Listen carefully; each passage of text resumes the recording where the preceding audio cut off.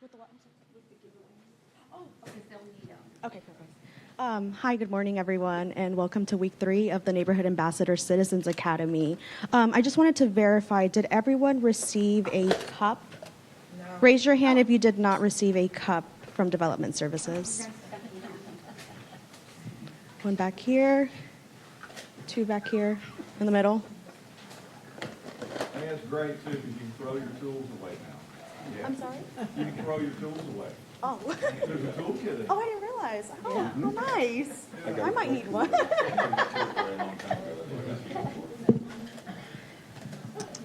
They have definitely done better than us on our promos.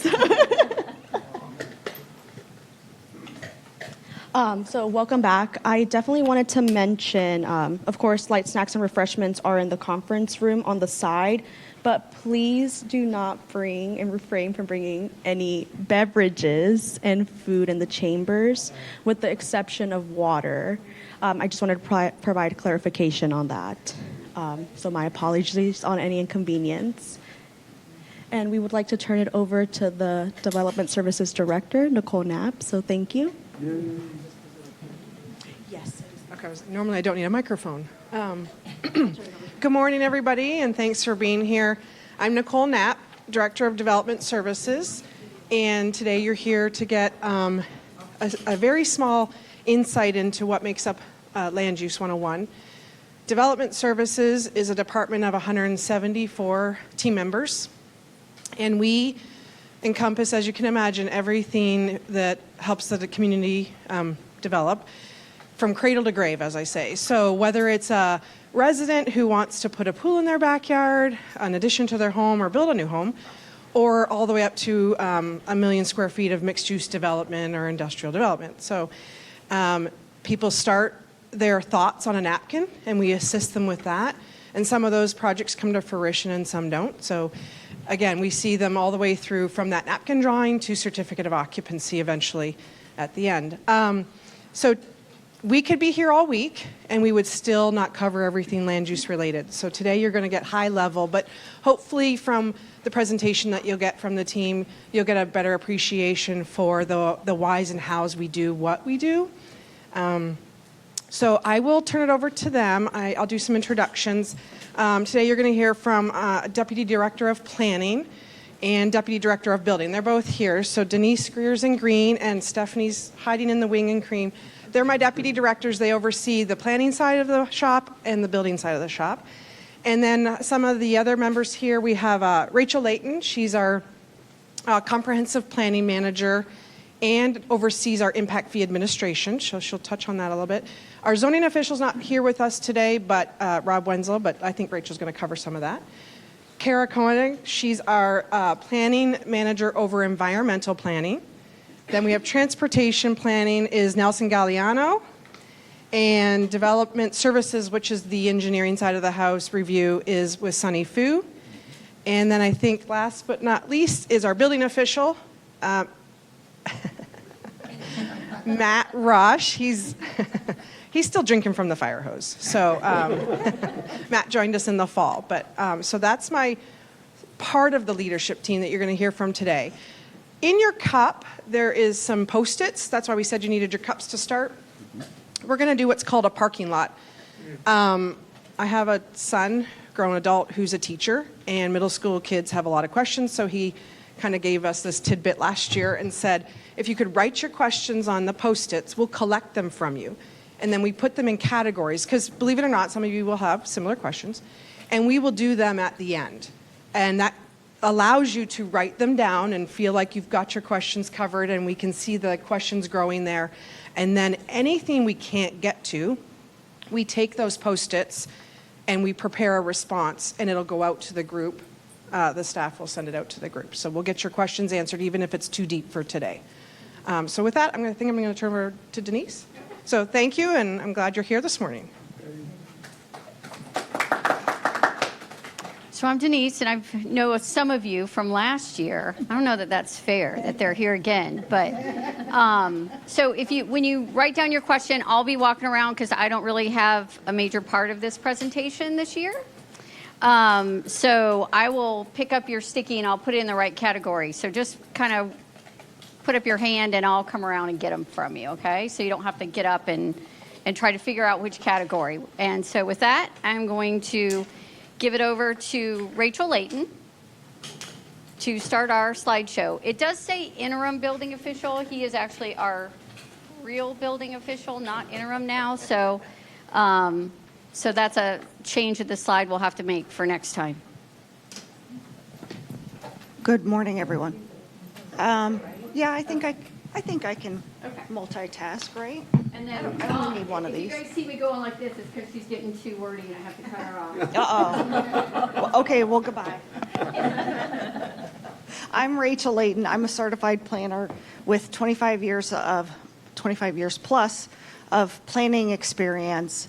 And I took this role as a division manager in partnership with the zoning official, who is also a division manager, last January. I just felt very strongly that maybe it was time for me to do things different with my career, and I left the private sector to come into government full-time.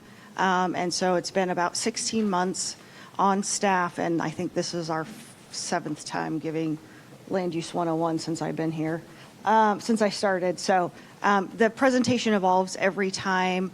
Due to the questions that we get and the nature of what we're talking about, right? So I want to start with the planning process. And normally this is Rob's part of the slideshow. And so we have all of these great graphics in this funnel. I'm going to watch the screen here so I can actually read it. Okay, so we start all of the projects pretty much the same way. We have citizens or applicant inquiries that come in to our reviewer on-call desk. Nicole had alluded to that just a few minutes ago. And so let's say Jack is working on a sign permit, but he's got something that's in the parish commercial village overlay district, which makes it extra complicated, right, Jack? Yeah. Because there are certain rules. It can only be a monument sign. It can only be a certain square footage. It has to match the design of the building. And so maybe Jack calls in and says, I really want to make sure that I have all of the correct information here. And the person who's picking up the phone, whether it's reviewer on call or planner on call, they're going to help Jack get an answer to the questions that he's got. Now it might be somebody else. Let's see, like Sunny needs a new fence in her backyard. She might call and say, okay, where can I put the fence on my property? What kind of a permit do I need to have? And maybe let's say Laura and I'm sorry, I forgot Steve. Laura and Steve want to put a shed in the backyard. That's, again, they're calling that front counter. So you see we have over 4,200 calls and inquiries every year. And that number just continues to grow for us as a community because it's not just new home builds that we get these calls for. It could be anything on your own property as a homeowner that you may be looking into. But if it is the more the development type of application, then they're going to ask questions specific to the piece of property that they're doing their due diligence on. So they may call and say, okay, I want to verify that this is really in the residential zoning district and it has a future land use that allows 6 dwelling units per acre. And can I build this size of unit and this type of product? And the answer might be no. And then at that point, we start talking about what the process is for them to follow. And then we ask them to go ahead and schedule. Their next step would be a pre-application meeting with all of the reviewers that review their plan applications, or it might be a scoping meeting that's at the manager level for us. And so at the manager level, they're having it's more conversational. So they are going through what their napkin drawing might be in a scoping meeting where they may have a more formalized drawing that they can submit for the pre-application meeting, and they're going to get the reviewers' comments on the pre-application meeting for $1,500, and that is then creditable to their application. So let's say we want a new local restaurant, and they have to come in and open up their restaurant out in Parish, let's say. They're going to likely they're going to either be in an existing shopping center and they're going to be adding, and they may have to change their preliminary site plan. So, or they may need a whole new rezoning because they might not be in the correct zoning category. And I know that's a lot of what we hear about in planning is more this front end of everything and not necessarily the back end. So I'm going to try and take you from beginning to end on all of this. So once the applicant has completed their pre-application meeting, then they are able to file their request for a formal application. And so you see the number of, starting from citizen inquirers at 4,200 per year, only 11.5% of those actually result in pre-application meetings. So that's a significant drop that we get to for who's actually asking for those pre-application meetings to determine whether or not their application is viable and they want to move forward. A lot of times that doesn't happen. So you see that number come down to formal applications down to 7.1% of the inquirers. So the application process I want to talk about just a little bit because I think this is really important. The applications don't just come into the Development Services Department and then get scheduled for public hearing. That's not how that happens. They come into us, they're reviewed in a 30-day cycle, staff issues comments, the applicant is supposed to respond until all of the comments are satisfactorily addressed. So that process can be 3 rounds of review and maybe 6 months, or it could be 10 rounds of review and over a year. So it just depends on the quality of the plans that are received, the quality of the application, the communications between the applicant and the staff to make the process go faster or slower. Right now, things are moving through the process as expected. On county's end, we're meeting our 30-day obligation per state statutes in House Bill 7103. So once that application has been reviewed and the staff deem it sufficient, and this is deemed sufficient for public hearing. I'm going to talk about public hearing items first. So that, because that leads us into the Planning Commission approvals. And that is only then 2.7% of the inquiries for projects that go to Planning Commission and then get a recommendation for approval. You see the BCC number of approvals is 4.6% of inquiries. That is because not everything goes to Planning Commission. So final plats that we've been talking about a lot in the newspaper here lately, they were very much the story at the beginning of the year. Final plats go to Board of County Commissioners for approval. They don't go to Planning Commission for approval. Things like variances wouldn't necessarily go to Planning Commission. They might go to a hearing officer. But if they meet the criteria, then they could go to a Board of County Commissioners hearing instead of a land use hearing officer. So again, we've got a variety of numbers, but when you look at 4.6% of the 4,000 inquiries that we receive every year, the number really is significantly less from where we started at the beginning of the process. So with that, I just want to add there that the reason we went through that exercise is because one of the common things we hear is that everything when it gets to the board is a rubber stamp. And what people don't realize, is that they may have already been working with staff for a year, this back and forth reciprocal revisions of plans and comments to get it to where it actually meets the code, the land development code and the comprehensive plan. And so when it gets to the board, it'll sound like we're making a recommendation for approval. And that's because the staff, the staff has done all their discipline reviews, including health department, school district, fire districts, and they can say it to the board, it meets your code and comp plan. So that was the purpose of the exercise, is what that comment we always get is that everything's a rubber stamp, and that's not the case. There's a lot of things that never come to fruition because the staff has said, there's no way we can support this. It's not consistent. So you don't see those because they don't get in front of the board very often. So. no, that's okay. I was going to see if you wanted to play Vanna and hold the mic for me for a minute. So she's right. And there's a staff report that talks about the positive, negative, and mitigating measures. But the first thing that we do is we're checking the comprehensive plan. So this is how we used to keep the book. Now it's all online. And you can go to municode.com to get copies of the comprehensive plan, have access to it as it's updated, and the same thing with the land development code. So we're first looking at this ginormous book of everything. And then we have another book. This is the land development code. And this is, again, another very heavy book. And it was hurting my back to bring them all down here. So we've got tables and charts and everything else. So the comprehensive plan is more of our guiding policies and our vision. So the comprehensive plan itself, we are in the process of updating. We're hoping that the new legislation that's coming out from this current session won't impede what we're trying to do to meet state standards, complete our evaluation and appraisal report, and make minor modifications to the comprehensive plan so that it's a more clear document. We are being very mindful of Senate Bill 250 that outlines that no proposed changes can be burdensome, and burdensome is not defined. So now we have another bill coming for this year, and I'm not sure if I think it's Senate Bill 180. It might be House Bill. Senate? Okay.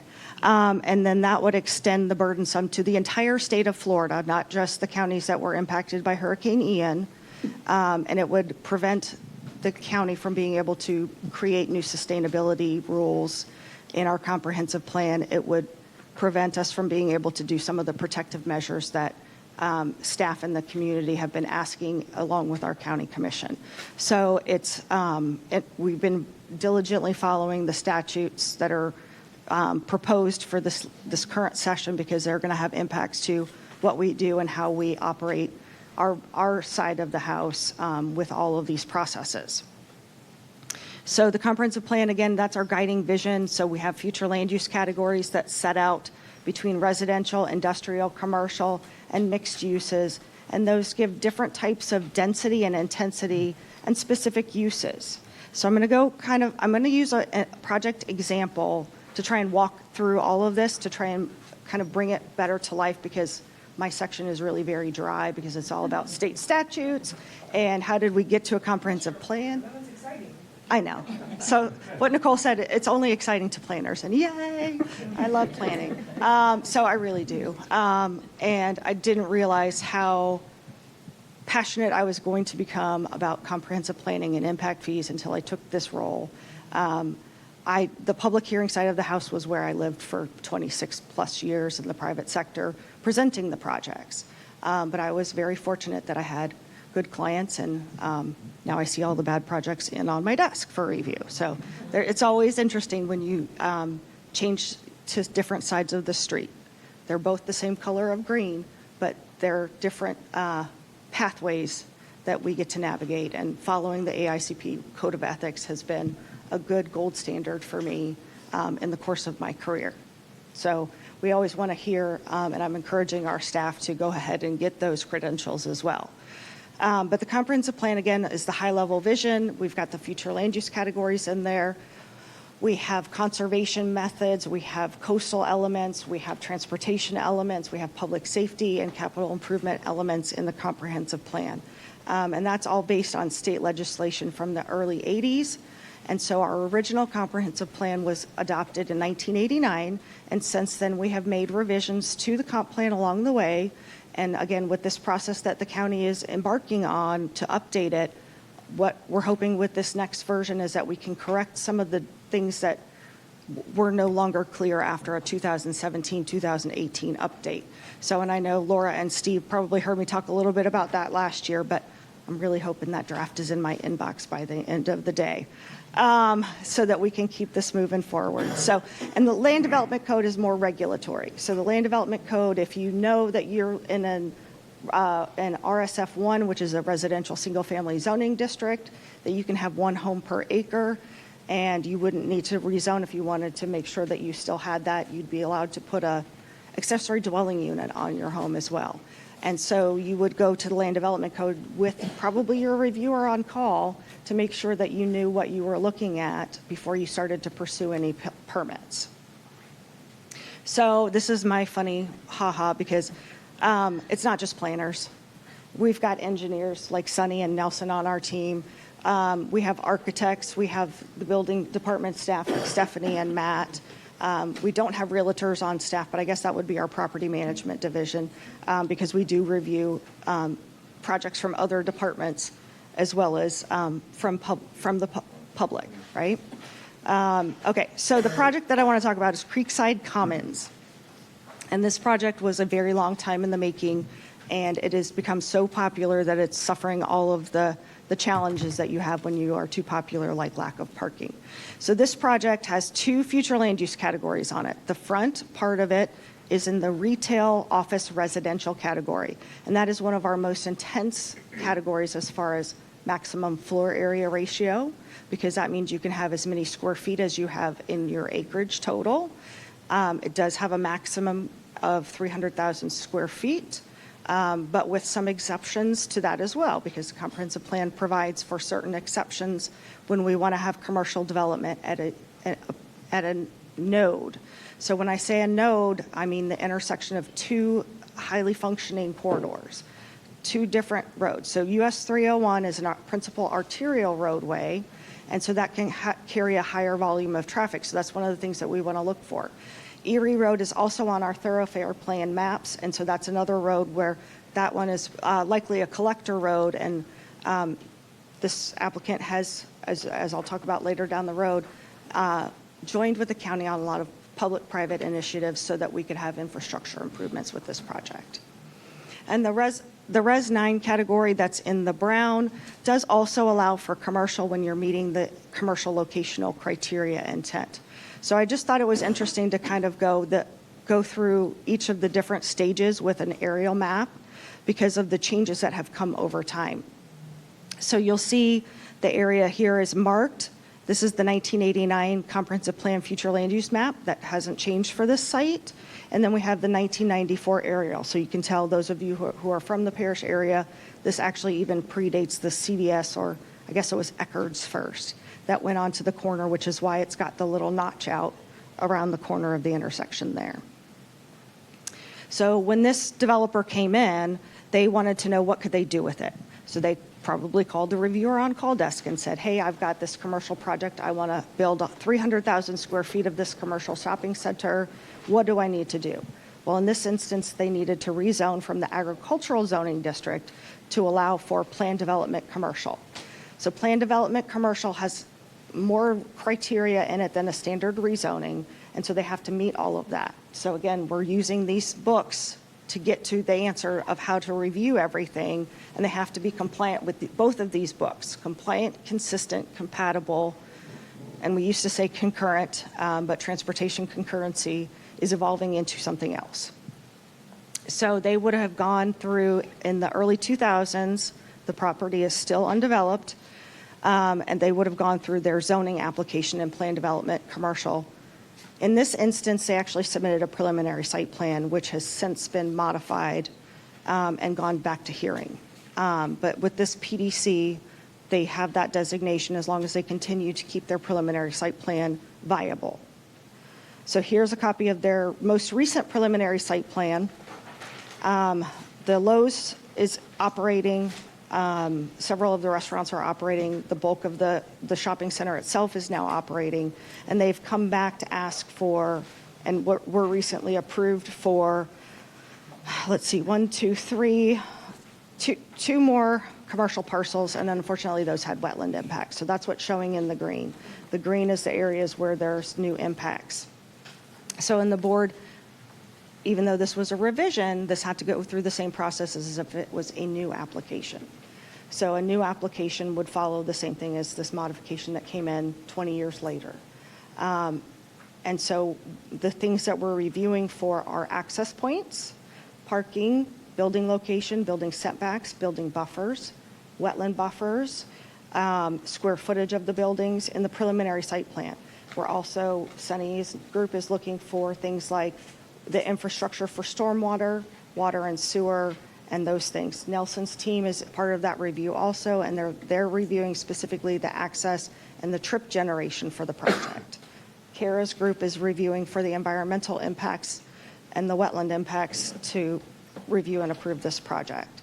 Planning is making sure that it's consistent with all of the items that have to do with, that are more specific to planning, and that the project can be deemed compatible with the rest of the area. Now, we want to focus our commercial development at nodes. That's how the comprehensive plan is written. But when you start to get to infill, it gets to be a little bit complicated. One of the things that I want to point out that they mentioned during their presentation is they had some utility lines that were to the east of their site that needed to be upgraded for the adjacent residential development and the county itself. And so they worked in partnership to get those utility lines installed and online. They also helped the county with some infrastructure improvements to the intersection and Erie Road. So the next part of this, I would bring back the funnel, because now once this preliminary site plan is completed and approved by the Board of County Commissioners, there is a 30-day appeal period. We hope that they've had a neighborhood meeting. Sometimes they have the neighborhood meeting because it's only encouraged and recommended right now. It's not required. That is one of the things that we are bringing forward next month, is to require mandatory neighborhood meetings. We're expanding the distance for notifications, both for urban properties and more rural properties. So that way rural properties might have to advertise out to 1,500 feet instead of just the 500 feet. So that way we're catching some of the other neighbors. So we've been working on a lot of commission direction this year to get through these processes. So this next slide then is the final site plan, and this is even a more intense level of engineering review and on their engineering design. So this is actually the original final site plan, because I don't know if the new revised plan has been approved yet. But you can see that they've got their layout for their stormwater pond. They've got some tree preservation happening on the north end, which is a wonderful buffer for the neighbors to the north, with 3 points of connection onto Erie Road, and looks like 1 or 2 points of connection onto 301. The biggest problem that they have right now is that their parking is placed in a way that the Lowe's parking lot is not always as full as the rest of the shopping center, so they perceive a parking problem. I agree. I shop out there. And so it is very difficult to get out there, because none of us want to park on the west side of the property and have to hike all the way across to the shopping center. But that's our American culture, right? We're very car-centric, as Nelson will tell us later. Okay, so I want to go through quickly some aerials, and then I'm going to transition to Sunny. So in 2022, now remember, they got their zoning approval in 2003. So it took them a long time to be able to get the project out of the ground. So 2022, they started construction. They removed Mount Parrish. They started to build everything else out there. And then here we are in 2023. It looks like the Lowe's has opened up. Maybe the rest of the shopping center is having a slow start there, but the out parcels are not constructed yet. But you see to the north, we've got the wetland. It's been preserved as it was to be preserved. And it looks like they're using a lot of it for stormwater. So here we are in last year's aerials, the 2024 aerials, showing that even now the out parcels are built, and the shopping center has been so popular that they want to expand. So with that, okay, I covered neighborhood meetings. We like neighborhood meetings. Okay, so how do you guys keep up with all of the stuff that we're doing? So we have all of these great county resources, and we will give a list of websites at the end of the presentation. But the county resources to track these projects, the first one we have is, of course, our GIS website. There is a development projects review layer, and that turns everything red. So if you're seeing something in red, it's either been through a process recently, or it is early stages or in process for review today. And we can give them like little snippets to show them how to get there. And we'll return it to them, but Yeah. we can give them little I- step-by-step on how to get there. I don't have that prepared for today, but one of the things we can do, Back to them. absolutely. Yes. And we can do like a little training thing at the end too, okay. if there's time Okay. for those that are interested, because I have it loaded on my computer. I know, I went too long. Okay, I'm trying to make sure I cover all of the things. Project list. Project list is also available on the website, and there's a place for you to be able to sign up so that you get the weekly distribution list of all of the new projects that are coming into the county. We have Development Services Task Force. Those discussions include impact fees, comprehensive plan, land development code, any updates or changes that we're looking at for those. Stormwater updates, we've had a lot of those lately, and other topics of interest for policy and procedures changes that we might be looking at so that we can get input from the rest of the development community, the planning community, and citizens also participated in that call. And then finally, again, I want to reiterate on the neighborhood meetings that is coming forward next month. It will be proposed that they are mandatory and will extend for projects east of the FDAB as well. And what's that? Oh, I didn't talk about the FDAB in this one. Future Development Area Boundary Line. So I speak in acronym, so I'm sorry. I'm an alphabet soup some days. So the future development area boundary is the line where urban services are to end. And that means the infrastructure, the water and sewer, the county is not providing those connections beyond the future development area boundary. And so we try to limit growth out there. And Sunny has a slide that shows that.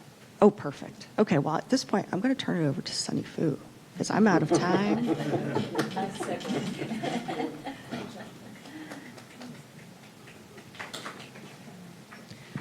Well done, Rachel. I feel I can go home now because she covered everyone in one project. Good job. So my name is Sunny Fu. I'm the engineering division manager. Regarding to my background, thank you. I'm a registered professional engineer. I also hold a PhD degree in civil engineering. So engineering may sound boring to public. I try to make it less boring, a little bit more attractive. Let's see. So my team mainly does infrastructure engineering review for site plan and construction plans. So we review site plan, construction plans. There are three major discipline areas we focus on, which is utilities, including potable water, wastewater, reclaimed water, and solid waste. We apply county utility design manual for our review. For stormwater, we review the drainage design, stormwater modeling, make sure this comply with our stormwater design manual, land development code, as well as the SWIFT mark criteria and rules. Ensure there's no adverse impact to the downstream watershed. So for roadway and sidewalk intersection components, we follow, again, county land development code, highway design manual, as well as state criteria or even federal criteria to assess our review. Besides that, we also does final plans review, bonds review, and utility connections review to assess the building permit. These slides illustrate how the utility functions in this county. For example, a sewer pipe, which is a green pipe in this slide, collects wastewater from your home or your office through the sewer system to the treatment plant. Over there, the water will be treated and used as a reclaimed water for the irrigation purpose. And for the stormwater will be collected through the stormwater systems to the nearby retention pond. The water will be either percolated through the ground or gradually released from the outflow console structures. So this is a picture for the potable water treatment plant over Lake Manatee. We have a pretty good capacity there, 84 million gallons per day. So that's enough to serve the current residents. And this is a slide that Denise just mentioned. We have the red line here. Demonstrated the service area. So that's a County Road 675, that's a division boundary line. So everything from west side, we served, it's well served by the treatment plants. The east side is not served. So this is a picture for the waste treatment plants. The wastewater will be collecting this. You can see there are many round containers there. It's huge. And the water will stay there for many hours and get treated through different stages and gradually, eventually will be released from the plant and will be clean enough to water your plants. So this is a service for the treatment plants. We have 3 plants in over the county. One located on the north, and one is on the southwest, and another one is on the southeast. So from this, the following slides, I'm going to show you some cool pictures we took in during constructions. So this is a master water meter. The left side, color coded blue, that means it's potable water. The right hand side is color coded red. That you will tell this is a fire line. So this is a stormwater pipe and structures under construction. We do allow the both concrete pipe and structures, and that's which is the left side picture, and right hand side picture, that's a HDPE pipe, corrugated, both allowed in our current standard. This one is a lift station typical layout with 2 access driveways. So you can see the solid green, that's a sewer line going to the lift station. Over there will be lifted up. Get released through the enforcement system to downstream. So this is a desired layout because it have 2 access driveways. So the truck can come into the lift station without can go out through the other driveway without biking to the coming traffic. So this is a safer design, has less impact to the main traffic flow. This is a lift station under construction. That's something you will not see after you finish it. It's buried underground. So the very left side, that's a wet well. It's a huge round container. And they put it to the ground. After it's finished, will be the right-hand side. You can see it's covered, color-coded with green. And there is also a king manhole. That's a dark circle on the concrete drive. That's usually 10 feet from the wet well. So that's a Moxon Wallow Fallen project under construction this year. I don't know if they finished it or not, well, at least near finish. That section is. So this one actually is the intersection. So left side showing you the construction. During construction, you can see you can still see the base, the white color. And you can see some utility pipes. The green is wastewater, and some stormwater pipes there too. The right-hand side give you the pretty much the finished product. You can see the median, the sewer line, left turn, right turn, and sidewalk. All the critical components already in. It looks nice to me. This one is a roundabout, 3-leg roundabout at Moxon Wall at US 301. The left side, you can see this is a conceptual level. It's just some simple lines there. And the right-hand side, it shows you the progress during construction. It's not finished yet while we took the picture, but you can see the shape. Our group just review all these different components. We make sure that meet our code and safe for our operation. This is my last slide. That's the stormwater pond before and after construction. So you can see after it's nicely designed and sorted, the stormwater pond not only provides the water treatment and flooding control, it can also add value to the property because it looks nice, landscaping, and create a nice waterfront property. So I think that's the end of my portion. The next one will be Nielsen, who's doing transportation planning. Thank you, Suni. My name is Nelson Galeano. I am also certified professional engineer here in Florida. PTP on this one means professional traffic operational engineer. PTP means professional transportation planner, and RSP means road safety professional.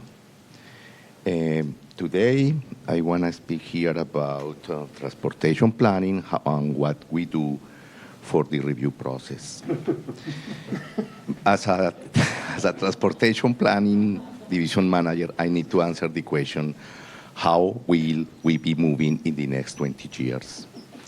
when we speak about transportation, what happens is everyone is an expert in transportation, essentially because everyone has a driver license.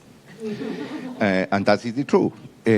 But in transportation, there are four main elements, and I want to explain them in order to understand better how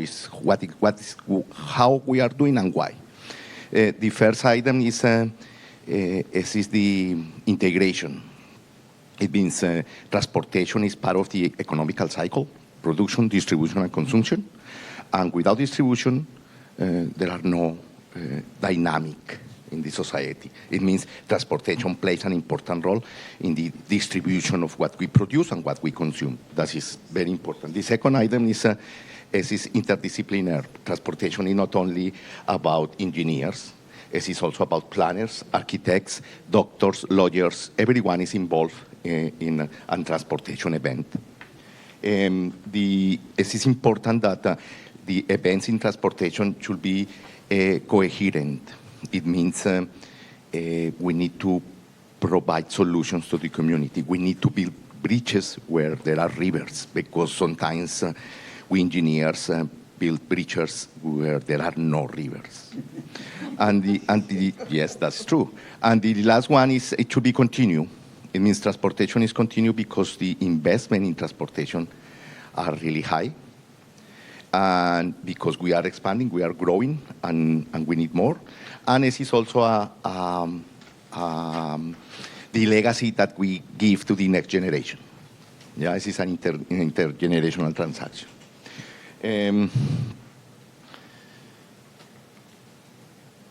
Another item that I want to address is regarding this question. To be honest, the only answer I have right now is we will continue driving because we are in an auto-oriented society. That's good. I have 2 cars. I love driving. But driving is not the only way we can move. Freedom is made by choices. And the more choices we have, the higher our level of freedom. COVID gave us a nice lesson because we were confined in our houses. And when we needed to go outside, we needed to walk or to bike. And there are not enough infrastructure for this type of movements. Not only the infrastructure, but also the relationship with the land use. Essentially because if I have a restaurant close to my home, probably I walk, right? But what happened is that is not what happened. Ask yourself, when was the last time that you walked for a restaurant? Or when was the last time that you walked to buy a fresh tomato? That is important. Another item that I want to address is transportation creates strong communities. And let me explain why. When we drive, we are driving, run, and we don't look at the other guy, you know? We don't look, because eye contact on the roadway is very aggressive. And the only way that we create strong communities is by means of social interactions. And social interactions are made by walking and biking, not driving. Be aware of, it's simple. Explaining it that way is simple, to do is very complex. Okay, I lay down the basis of transportation. Say the philosophical approach, what we want to do, yeah? And let me explain one of our main documents and the main things that we do. When an application comes here, there are a transportation component. And we need to evaluate in terms of the capacity. It means in terms of the number of cars that are on the roadway. It is essentially the same as the amount of water that is on the glass. This is essentially the same, yeah, comparatively. The traffic study, there are different types of applications, different types of processes, but essentially the traffic study, the purpose of the traffic study is to identify the impacts right now on the roadway network and mitigate these impacts by means of some strategies. When the project generates less than 50 trips, we don't analyze that because it means less than one trip every minute, and the impact on the roadway is negligible. That is important. And how we mitigate? We mitigate by means of two ways. One, the alternative transportation system, that it has a fee that provides the mitigation in general. And the other, the developer needs to contribute on the impacts that they generate on the fares thoroughfare. And let me go. Okay. Another thing is the traffic study is focused essentially on capacity, and that is what we are doing today. Because we want to move in different ways that cars in the next 20 years, we need to start introducing different parameters to see what is going on. And that is the reason we started speaking about multimodal. We started speaking about mobility. How is the impact of transportation in terms of pollution? How is the impact of transportation in our economical sector? Is transportation helping livability and quality of life? That is the type of question that we need to start thinking in order to ask how will we be moving in the next 20 years. And let me go to the, okay. That is, okay. We have here a diagram with the review process, and I wanna focus on to start with this slide. It sounds a little bit complicated. The red line divides type of some applications. There are two types of applications, no? The legislative and quasi-judicial, which is a rezone, which is a general development plan or a comprehensive plan amendment. And please, if you don't understand my abbreviation, let me know immediately because we work here with a lot of abbreviation. By the other side, we have the administrative process, which is essentially final site plan and preliminary site plan. When we go on the legislative and quasi-judicial, the first thing that we do is to identify the project. What is the type of development that they want, and determine what is the mandatory analysis, which is the first impacted thoroughfare. It means the adjacent thoroughfare where the project is located. This we name here as mandatory analysis. It includes determinists, it means the intersections, and any impact on those roads, first impact thoroughfares, should be mitigated by the developer. Important to denote is the mitigation sometimes is to increase the number of lanes, an additional lane. We cannot build a quarter of lane or a third of lane. We build a lane, but they consume only 1/3 of the lane. And it is the same as a glass. You need more water, your glass is full, you need another glass, correct? You don't get a shot of glass. No, you get the glass, and you pay for the glass. The developer don't pay. They don't pay for the full glass. They pay for the consumption of the capacity on the roadway. What they consume, they pay. That is important. And the other 5% is the significant test. It means it's the relationship between the number of trips that the project generates versus the capacity, and in that way we estimate the impacts. We are starting in introducing concept about multimodal, how people can walk, how people can bike.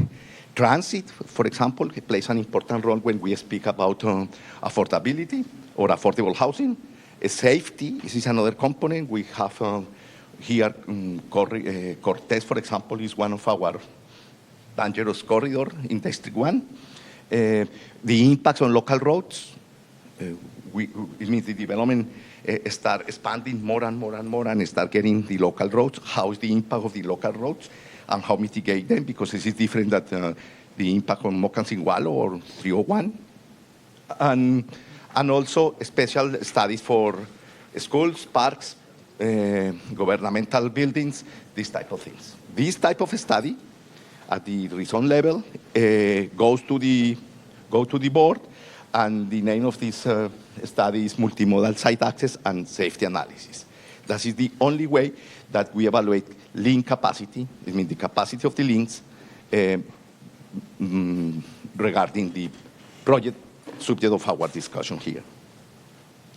On the other side, we have the final site plan or preliminary site plan. Essentially, what we have is a report of the trips and an analysis at the access, how the access will be, the location of the access, how will be the length of the turn lanes, how type of access, right in, right out, full access, directional access, if it is a runabout.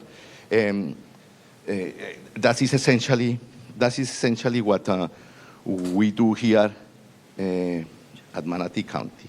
And I give the microphone to Cara. Thank you, Nelson.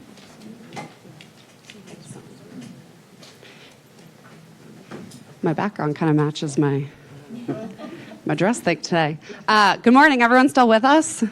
Yep, thank you. Okay. I'm Kara Koenig. I'm the Environmental Planning Section Manager, and my team reviews a wide variety of environmental subject matter, but I'll try to touch upon several of these items today. A lot of times, we review most of the public hearing and administrative projects that come through the county, but we also get a lot of citizen inquiries. So there's a tree in my yard. Can I remove it? I'm looking to purchase a property, and there may be wetlands on site. Can you see what resources on your end you have to identify if there's existing wetlands on site? There's a conservation area behind my home. Who maintains it? So we answer a lot of those questions, and we interact a lot with subdivision HOAs. So this list here includes everything that my team reviews for. And the first one I'll touch on is wetlands and wetland buffers, which you may have heard about quite a lot recently. So wetlands and wetland buffers have been a very prominent subject in the county over the last couple of years. And from board direction in January, the Development Services was tasked with bringing back a wetlands protection reversion to revert our comp plan policies back to what they were prior to an ordinance that was approved in October of 2023, which essentially removed some of the county's wetland protection and deferred it to the state. So county staff was working on that comp plan amendment, and it was recommended for approval in March by Planning Commission, and then it was approved for transmittal in April by the board, and then the intent was for it to be adopted last week at the Board of County Commissioners meeting. But we did receive, anytime there's a county-initiated comprehensive plan text amendment, it requires transmittal to the state. So what Rachel was discussing, the comprehensive plan, with those amendments, we have to send it to the state and see if they have any comments for us from the state agencies. And those comments that we received back stated that the comp plan amendment that we were proposing may be inconsistent with SB 250, which Rachel mentioned, which is the burdensome state statute or language, what have you. So what Rachel and I are doing in the interim is we requested a continuance through the Board of County Commissioners to work with those state agencies that did have comments to hopefully address their comments and bring back the comprehensive plan amendment for approval at some time in the future. But I just want to say, why were we going through all this anyways? Why should we care about wetlands? Why do we protect wetlands? We protect wetlands because they naturally absorb and hold water. They are really great at providing ecosystem services. So they can aid in flood protection. They provide really nice quality wildlife habitat, and they also can help with water quality. I listed some examples on the slide, and this is our Land Development Code text definition of a wetland buffer. The intent of the buffer is to protect the function of the wetland itself against adverse impacts that may be caused by development. Oop, okay. Sorry, we changed the slides, but I had more photos. My team reviews wetlands and wetland buffers on site plans. So when a development comes in, we're reviewing the limits of the wetland itself, which is determined by the state. And then we also review for the wetland buffers. The wetland buffer is essentially an upland area that is between the limits of development and the wetland lines themselves. The typical the county had was 30, and adjacent to outstanding Florida waters and Terracea Aquatic Preserve, we had a 50-foot wetland buffer. There is a misconception that we are not implementing the 50-foot wetland buffer, but we still are, based on a comp plan policy that still exists in the comprehensive plan. So projects adjacent to Sarasota Bay and adjacent to Terracea Aquatic Preserve, we are still implementing the 50-foot wetland buffers. My team also does the inspections for wetland buffer enhancement. So our land development code requires nuisance exotic removal on all upland portions of a site. That includes wetland buffers. We also require conservation area signage. So you may live in a subdivision that adjacent, you have a conservation area behind your home, and there's signs that say conservation area, do not disturb, or something like that. That is typically a wetland buffer area because those signs are placed at the upland edge. And then we also require wetland buffer enhancement. So native plantings like shrubs and grasses and trees are planted in these areas. And you can see here in this slide, the top photo is a failing inspection. They did not do that. We often fail inspections and have to re-inspect. It's just how it goes.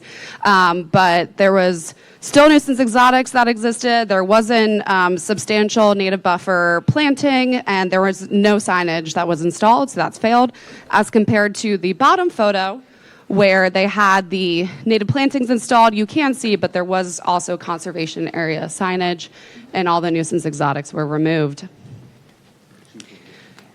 Okay, so whenever there is a project submitted to the county, unless it's a redevelopment project, my team reviews environmental reports and requires environmental reports. So the applicant hires an environmental consultant to go out to a site and perform site surveys. And this includes listed species surveys. It includes determining the habitat on site. So they do what's called they provide what's called a Florida Land Use Cover and Forms Classification Systems map. So they determine the upland habitat on the site, the wetland habitat on the site.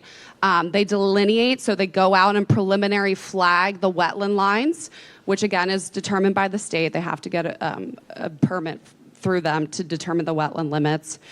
And then we have requirements in the land development code based on these habitats. So spoke about wetlands. Now we're going to talk a bit about upland habitat and preservation. So we don't have very stringent upland habitat protection in the land development code, but we do have certain percentage requirements depending on the zoning of the project. So if you're a planned development, then that does require a certain percentage of native habitat preservation. And then also if you're in one of our overlays in the coastal planning area. This was a project that was approved. This is typical what we see in an environmental report. And they were required to provide upland habitat preservation, which they did in the northeast corner of the project, around 23.4 acres of mixed hardwood forest. The right side of this slide essentially shows what we see in plan view.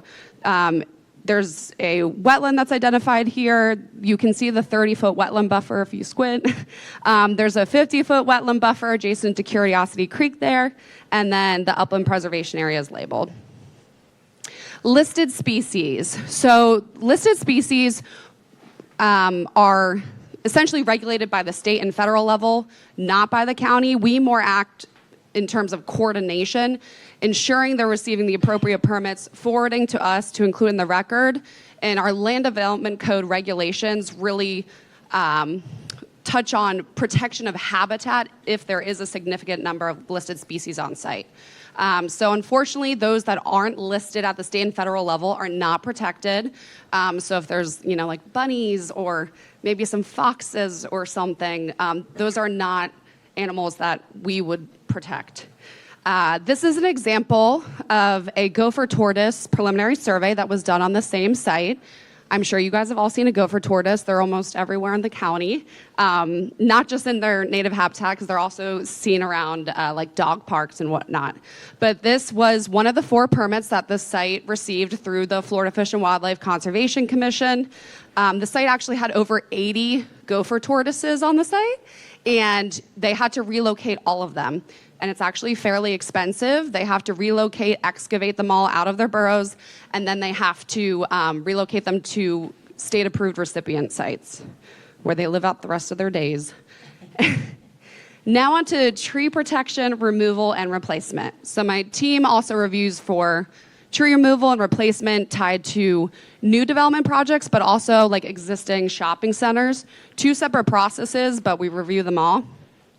The county doesn't have any type of grand tree ordinance like Sarasota does.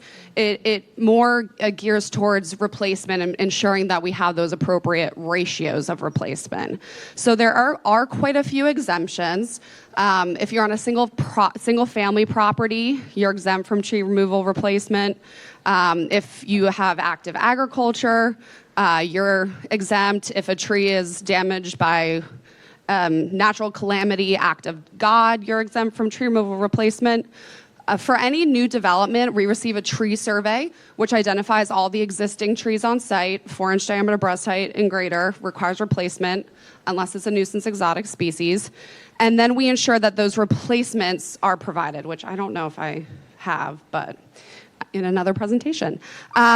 Then we also ensure that those trees shown to be preserved are protected in the field during construction. So you can see on the slide, on the right-hand side is an example of a tree protection barricade in plan view preserving several oaks.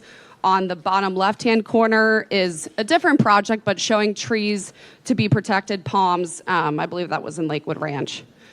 So we're looking at those items. And then my team goes out and inspects, which I'll talk about in a bit, erosion sediment control, tree protection barricades prior to commencement of construction.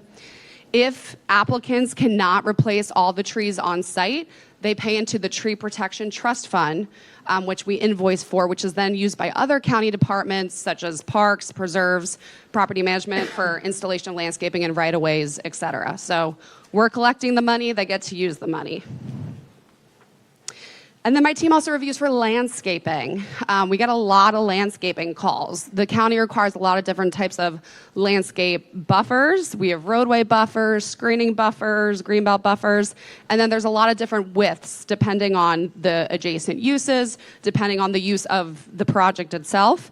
We review for landscaping quantities. We review for the different type of landscaping, shrubs, trees, ground cover.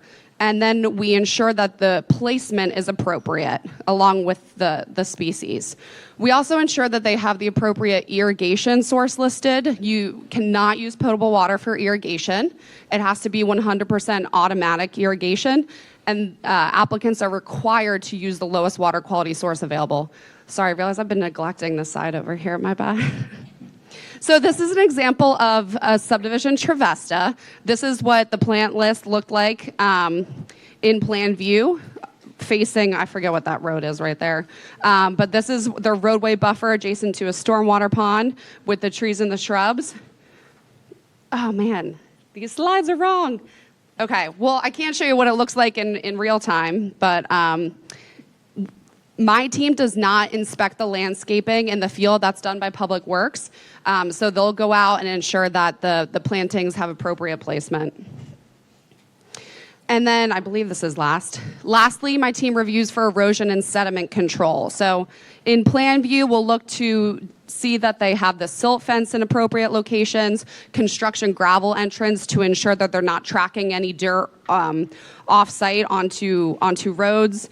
Adjacent to wetland buffers, we request, which is a state standard, 2 double row silt fences adjacent to the wetland buffer, spaced 3 feet apart. And my team does the initial inspection. So we go out and do a staking inspection, and then we follow up with an installation inspection of the silt fence, which is that fencing that you see in black, and I'm sure you've seen it throughout the county.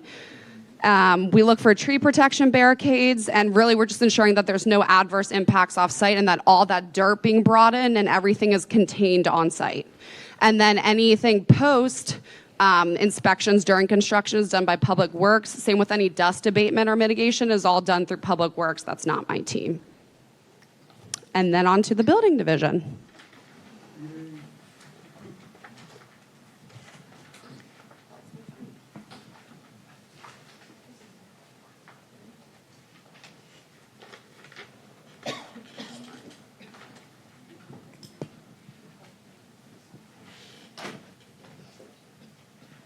Good morning. My name is Stephanie Charles, Deputy Director of the Building Division, and this is Matt Rush, our building official for Manatee County.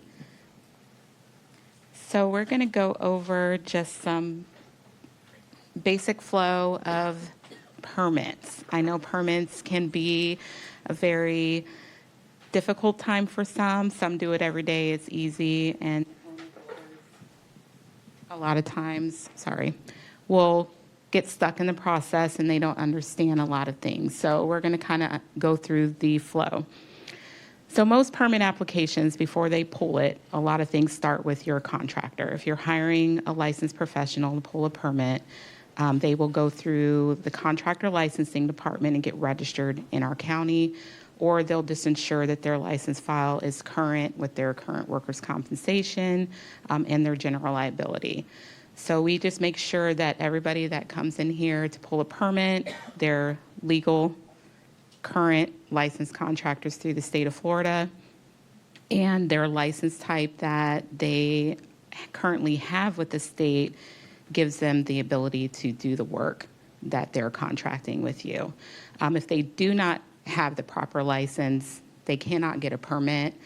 And if they do contract with you and they're not licensed with that, they can be cited for unlicensed activity, either with our code enforcement officers or with the state of Florida.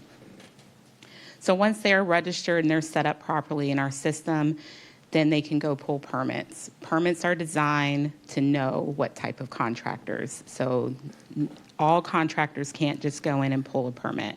So for example, if it's a roofing contractor and they want to pull a permit for siding, a roofer can't do siding. So if they attempt to pull a siding permit, the system will say your license does not meet the requirements of this permit type, and they won't be able to move forward.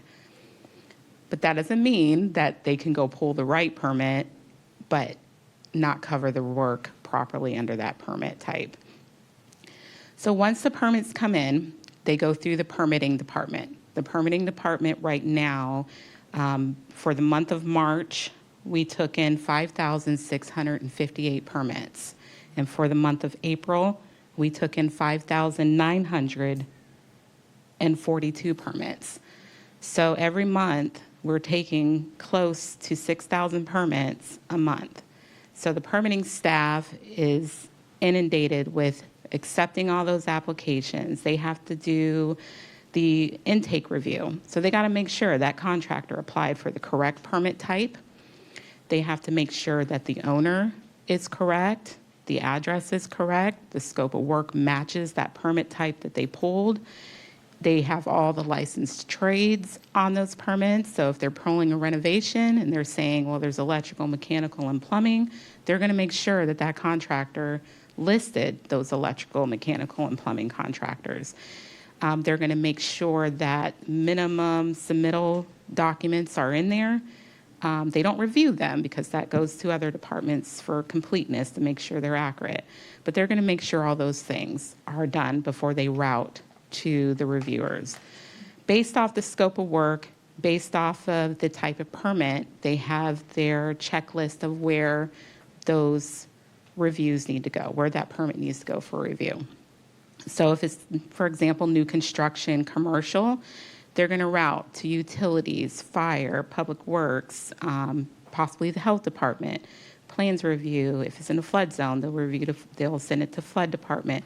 So there's a lot of different areas that the permits can go to outside of the building division. So the building division is just one small part of the permit review. After they route for review it goes to our plan review department. And plan review can consist of building, which is the structural review, electrical review, plumbing review, mechanical review. And plumbing, mechanical kind of both look at gas reviews too.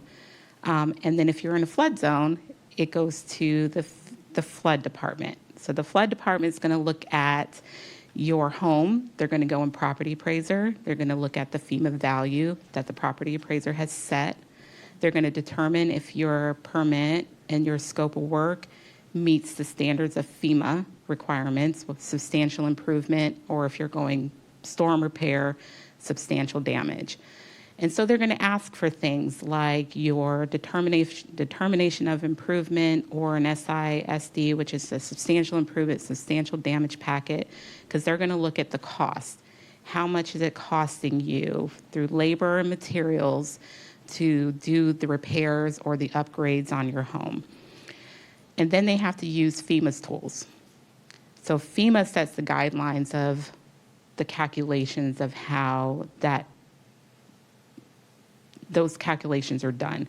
So they're going to take percentages. For example, if you're replacing door windows, if you're doing a roof and all of these things on your home, they're going to take the labor and the material costs for everything that you're doing to factor and see if you're getting close to the FEMA's requirement of the 50% rule.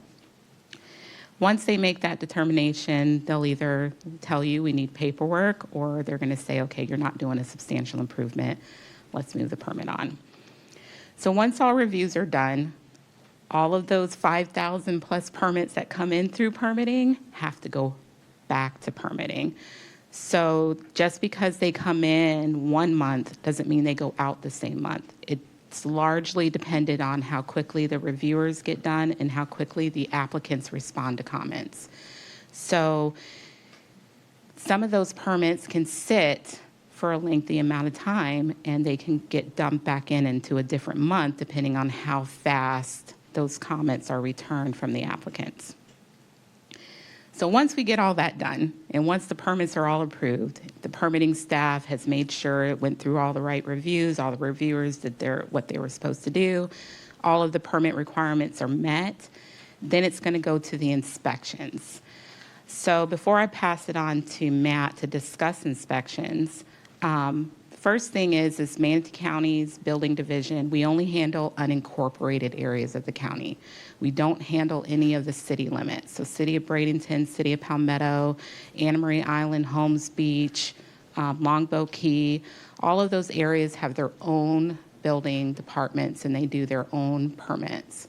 So when we don't manage any of their flood zones, we don't make any determinations for them. They are solely a separate entity from Manatee County. Also, before I pass it on to Matt about the inspections, Manatee County is not the only group that conducts inspections. So it's largely, a lot of people don't know that the state of Florida has set guidelines that allows private firms that hold the same license as Matt, that holds the same license as our plans examiners, and that holds the same license as all our building inspectors. Private firms can set up their own inspection and plan review companies. And the state of Florida allows them to do that and contract directly with contractors and owners to conduct their plans review and their inspections. When that happens, it pushes Manatee County out of the picture. We're responsible for taking in their permits. We're responsible for issuing their permits. We're responsible for issuing their certificate of completions and their COs, but we're not responsible for the inspections. And if they choose to do plan review as well, we're not responsible for the plan review. So when a lot of citizens get their permits or they buy homes and they say, well, this is going on, something's wrong with my house, we look at it and we say, well, unfortunately, that was done by a private firm. And those folks are held to the same standard as our inspectors, but we can't discipline them. We can't go behind them. There's a lot of things that the statutes restrict the county from doing. One example is auditing. We're not allowed to go in anytime we want to audit their process. The state limits us per private provider, this is what they're called, to 4 times a year. So if you look at a lot of new construction, a lot of new construction is done private provider. So if we have, let's say, 3,000 homes a year, and 70% of them are inspected by a private provider, we can only look at a private provider 4 times a year. So we're very limited on the amount that we can get involved with those. And this every year, the state legislation pushes more regulations that removes us from being able to ensure that these things are being done. So it's 3 statutes that are very important are Florida Statute 553, Florida Statute 489, and Florida Statute 468. 553 covers a lot of what we're required to follow as far as building permits. It's going to explain a lot of things and why we do a lot of things in regards to building permits. 553 also covers the private providers section. It covers our time limitations and how quickly we need to get permits out. It covers our inspections, like how many times can we fail them, inspections, private plan review. 468 covers the licensing requirements. So it's going to cover how plans examiners, how private providers, and inspectors are licensed. And 489 covers a lot of the licensed professional, how are they allowed to contract. So those statutes cover that, and also the exemptions. So like the owner builder, the way that they're allowed to pull permits is covered in 489 of the exemption, which breaks down owner builders and how they can do their own work. So those are 3 important statutes that it's good to have and good to read. And then, of course, sometimes questions come up and we can address those questions. So I'm going to have Matt go over the inspection portion. And then we're going to take a break. Okay. I can just see some of people's eyes like. You did a good job explaining that. We got to update our flow chart for the next time. That's one of the things I was going to touch on that we haven't done before. Manatee County has had a large increase in private providers operating, and a lot of the national builders have the right to do that, and it really does put the county at a disadvantage for helping the community because of the fact that by statute we have to be hands-off with that. We got to be able to find a way to educate the community better. We got to be able to get complaints directed more towards our legislature so that we can sort of keep quality. Florida building code, we can't enforce quality, but it helps if we can at least be there for the community that we serve. So that's one of the things as a building official that's frustrating, but the statute, if you got good private providers, they're licensed the same as me, they should be doing a good job, so there shouldn't be any problems. And that's something that I know has been an increase in the community here. But we are staffing up more, so hopefully that we can serve the community, get the inspections done to stay with the community instead of going private, because it does cost them more money to do that. But we are, this department's here to serve the community, and thank you for covering the whole background of it. Took my thunder. Oh, I'm so sorry. I'll turn over to Denise then. Thank you all. So I think we're going to take about a 10-minute break, so that's about 10:30, and then we're going to try to hit most of your questions if we can.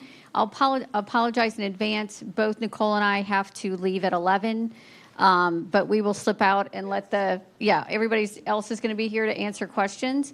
So if you want to take a break, we'll come back at 10:30 and start answering questions.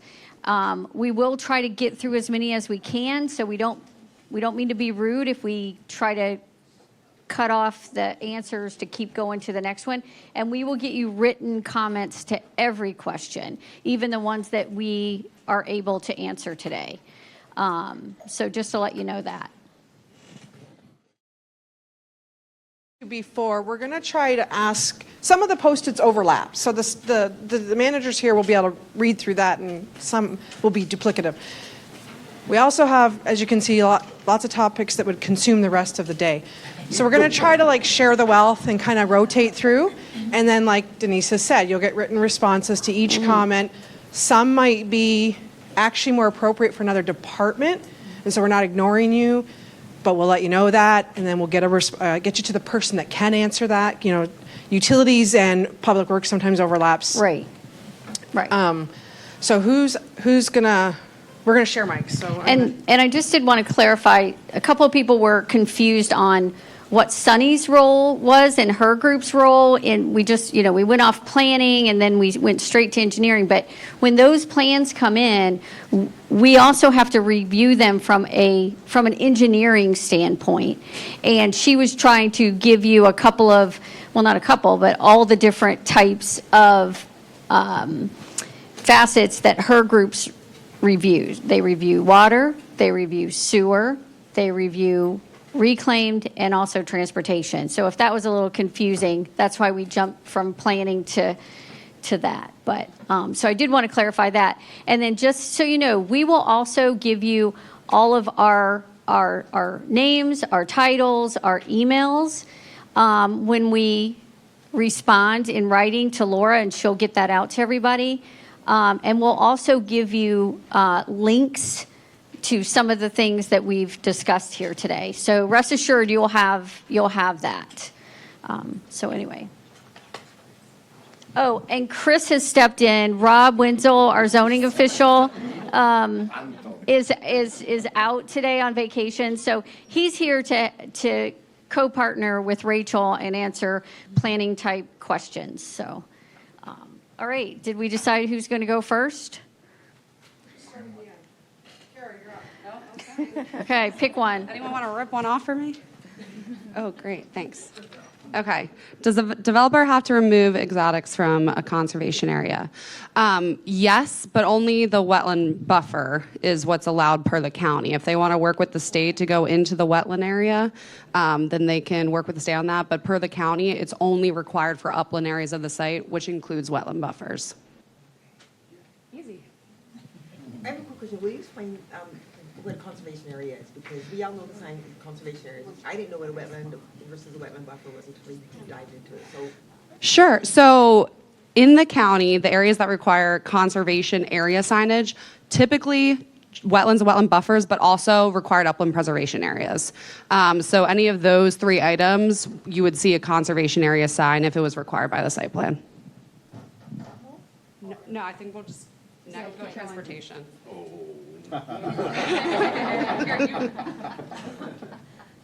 Okay. Are there plans to expand public transportation in parish area? Oh, that is a good question. Public transportation means transit.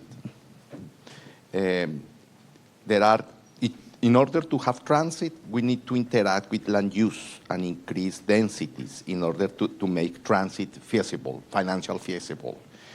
Right now, our densities are not the best in terms of support transit. I believe it is important, yes, it is important to expand this system, but again, it should be related with the density and the land use. One item that I want to include on this question is the affordable housing.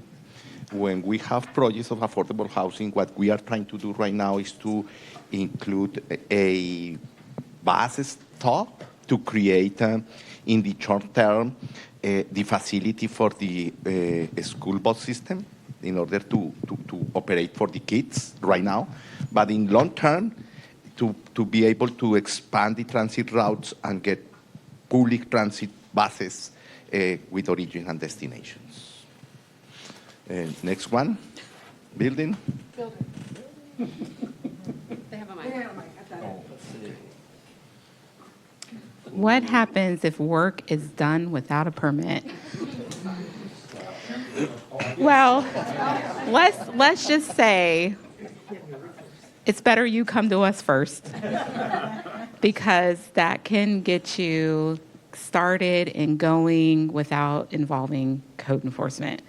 Code enforcement, if they knock on your door, if they see work being done without a permit, they're going to give you a notice of violation. And then they're going to put you on a time limitation to get those permits applied for. And if permits don't get applied for in that time limitation and you don't keep contact with them, then they can move forward to magistrate. And that's something that, and fines and fees. So that's something that no one wants to go through. So if you think you've done work without a permit, reach out to us first, and then we can guide you in the right way. One of the biggest issues with work without a permit is the majority of work that's done without a permit, our inspectors can't see. If we can't see it, we can't inspect it.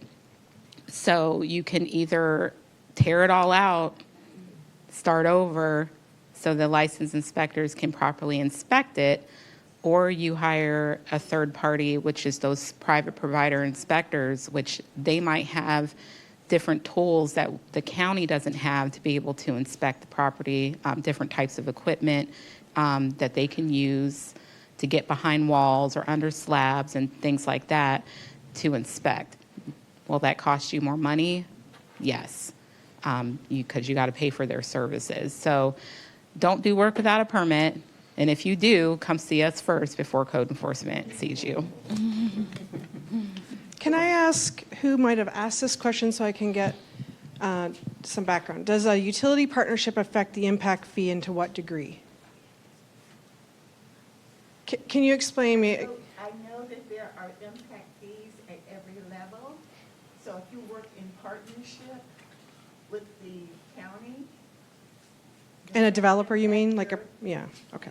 Your impact, what does that do to your impact fee? And if it changes it, is there a percentage that it changes based on what?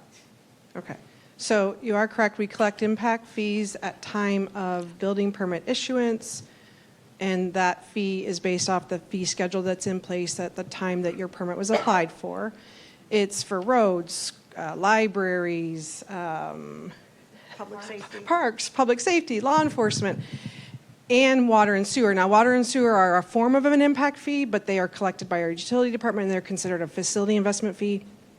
The naming claims doesn't matter, but they are like an impact fee.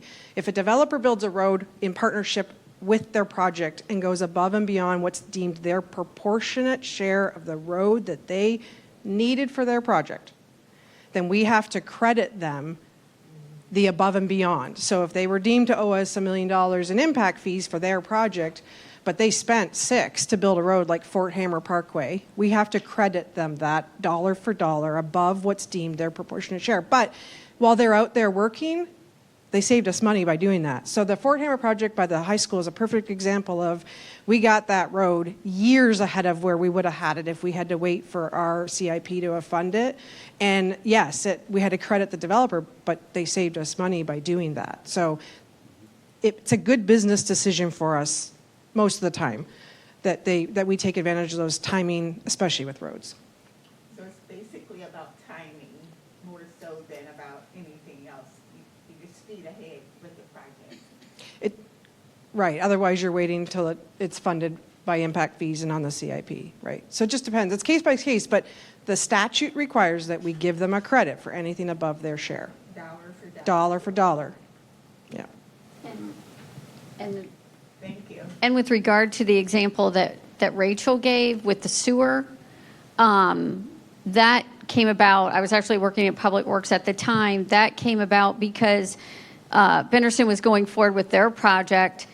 The utilities department knew that they needed to replace some very large sewer, very deep sewer that was now really literally underneath trees behind all those lots. And they thought it would be a good partnership because Benderson was going to go a different route to get to the same place. And we said, we need this sewer to be replaced. And we'd really like to move it out from underneath these trees. And so they gave us an easement to put it on their property.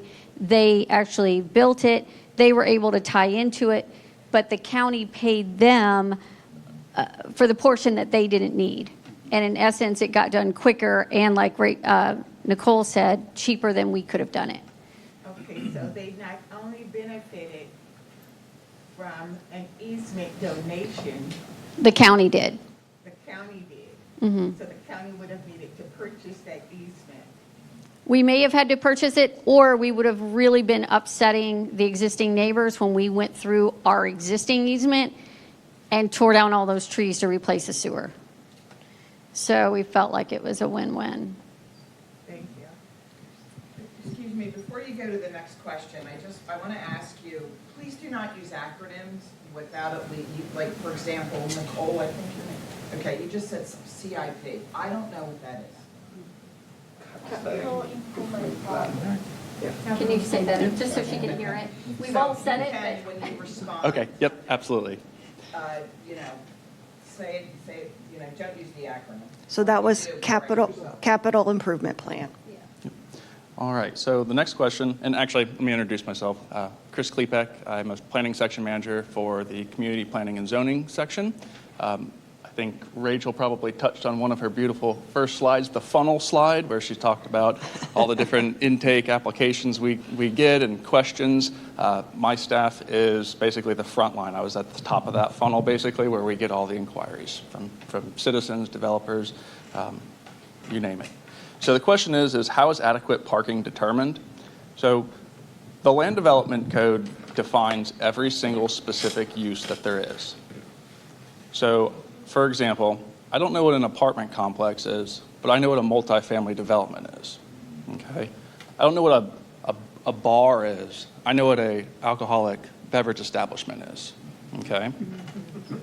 So with that being said, our code also provides parking requirements, minimum parking requirements, based on a number of things: dwelling units, square foot, and it goes on to, it literally lists off every single specific use that we have in our code. So how is it determined? It's determined by the specific use. The question goes on to talk about 301 and Erie Road. So there's a number of developments that when somebody comes in and it's a planned development, our code says you must provide X amount of parking, okay? They can go through what's known as a specific approval request before the Board of County Commissioners, and they have to justify why they need a reduction from the code required, okay? So some of those justifications is well, hey, my business plan or my model, it just doesn't align with what your code says. And here's a number of different stores that I have all throughout the state, and it's proven that I don't need this many parking spaces. Okay, that's a good justification. Or there's sensitive areas of the property, like wetlands. So they're trying to protect the wetlands, and so it's a justification to preserve the ecosystem. So they'll get a specific approval request, and it'll be granted. That's the short. Can I just add to that? Yeah. So on the post-it, though, it specifically spoke to 301 and Erie, and that the plazas can be parked perfectly per the code, but the synergy of the plaza and the layout sometimes makes it look like they're short parking. So I think you alluded to it earlier, or somebody did. No one wants to walk from the Lowe's to get over to Ulta. Absolutely, that's what I have to do. But so, you know, from an enforcement standpoint, there's nothing we can do. They built per the code, and until you see the synergy of what goes in there, and all those uses can be permitted. But it's the way they clustered them that you don't always realize what's going to happen until it's happening. And the people at the gym, I argue, should walk from the other side of Lowe's. Yeah. Let me say something. Parking is an interesting topic because don't forget, every transportation event starts and finishes with parking. Yeah? And we want parking for free. That is another topic. It means don't charge anything for parking. But parking consumes area and consumes city and consumes resources. Yeah? And one of the problems is that we here in general, we don't see parking, we don't see the connection between parking and multimodal. It means the less parking, the higher the probability to walk to bike because there are no parking over there. I need to go in another mean of transportation. Yeah, and that is important. And the other thing is, we always require minimums.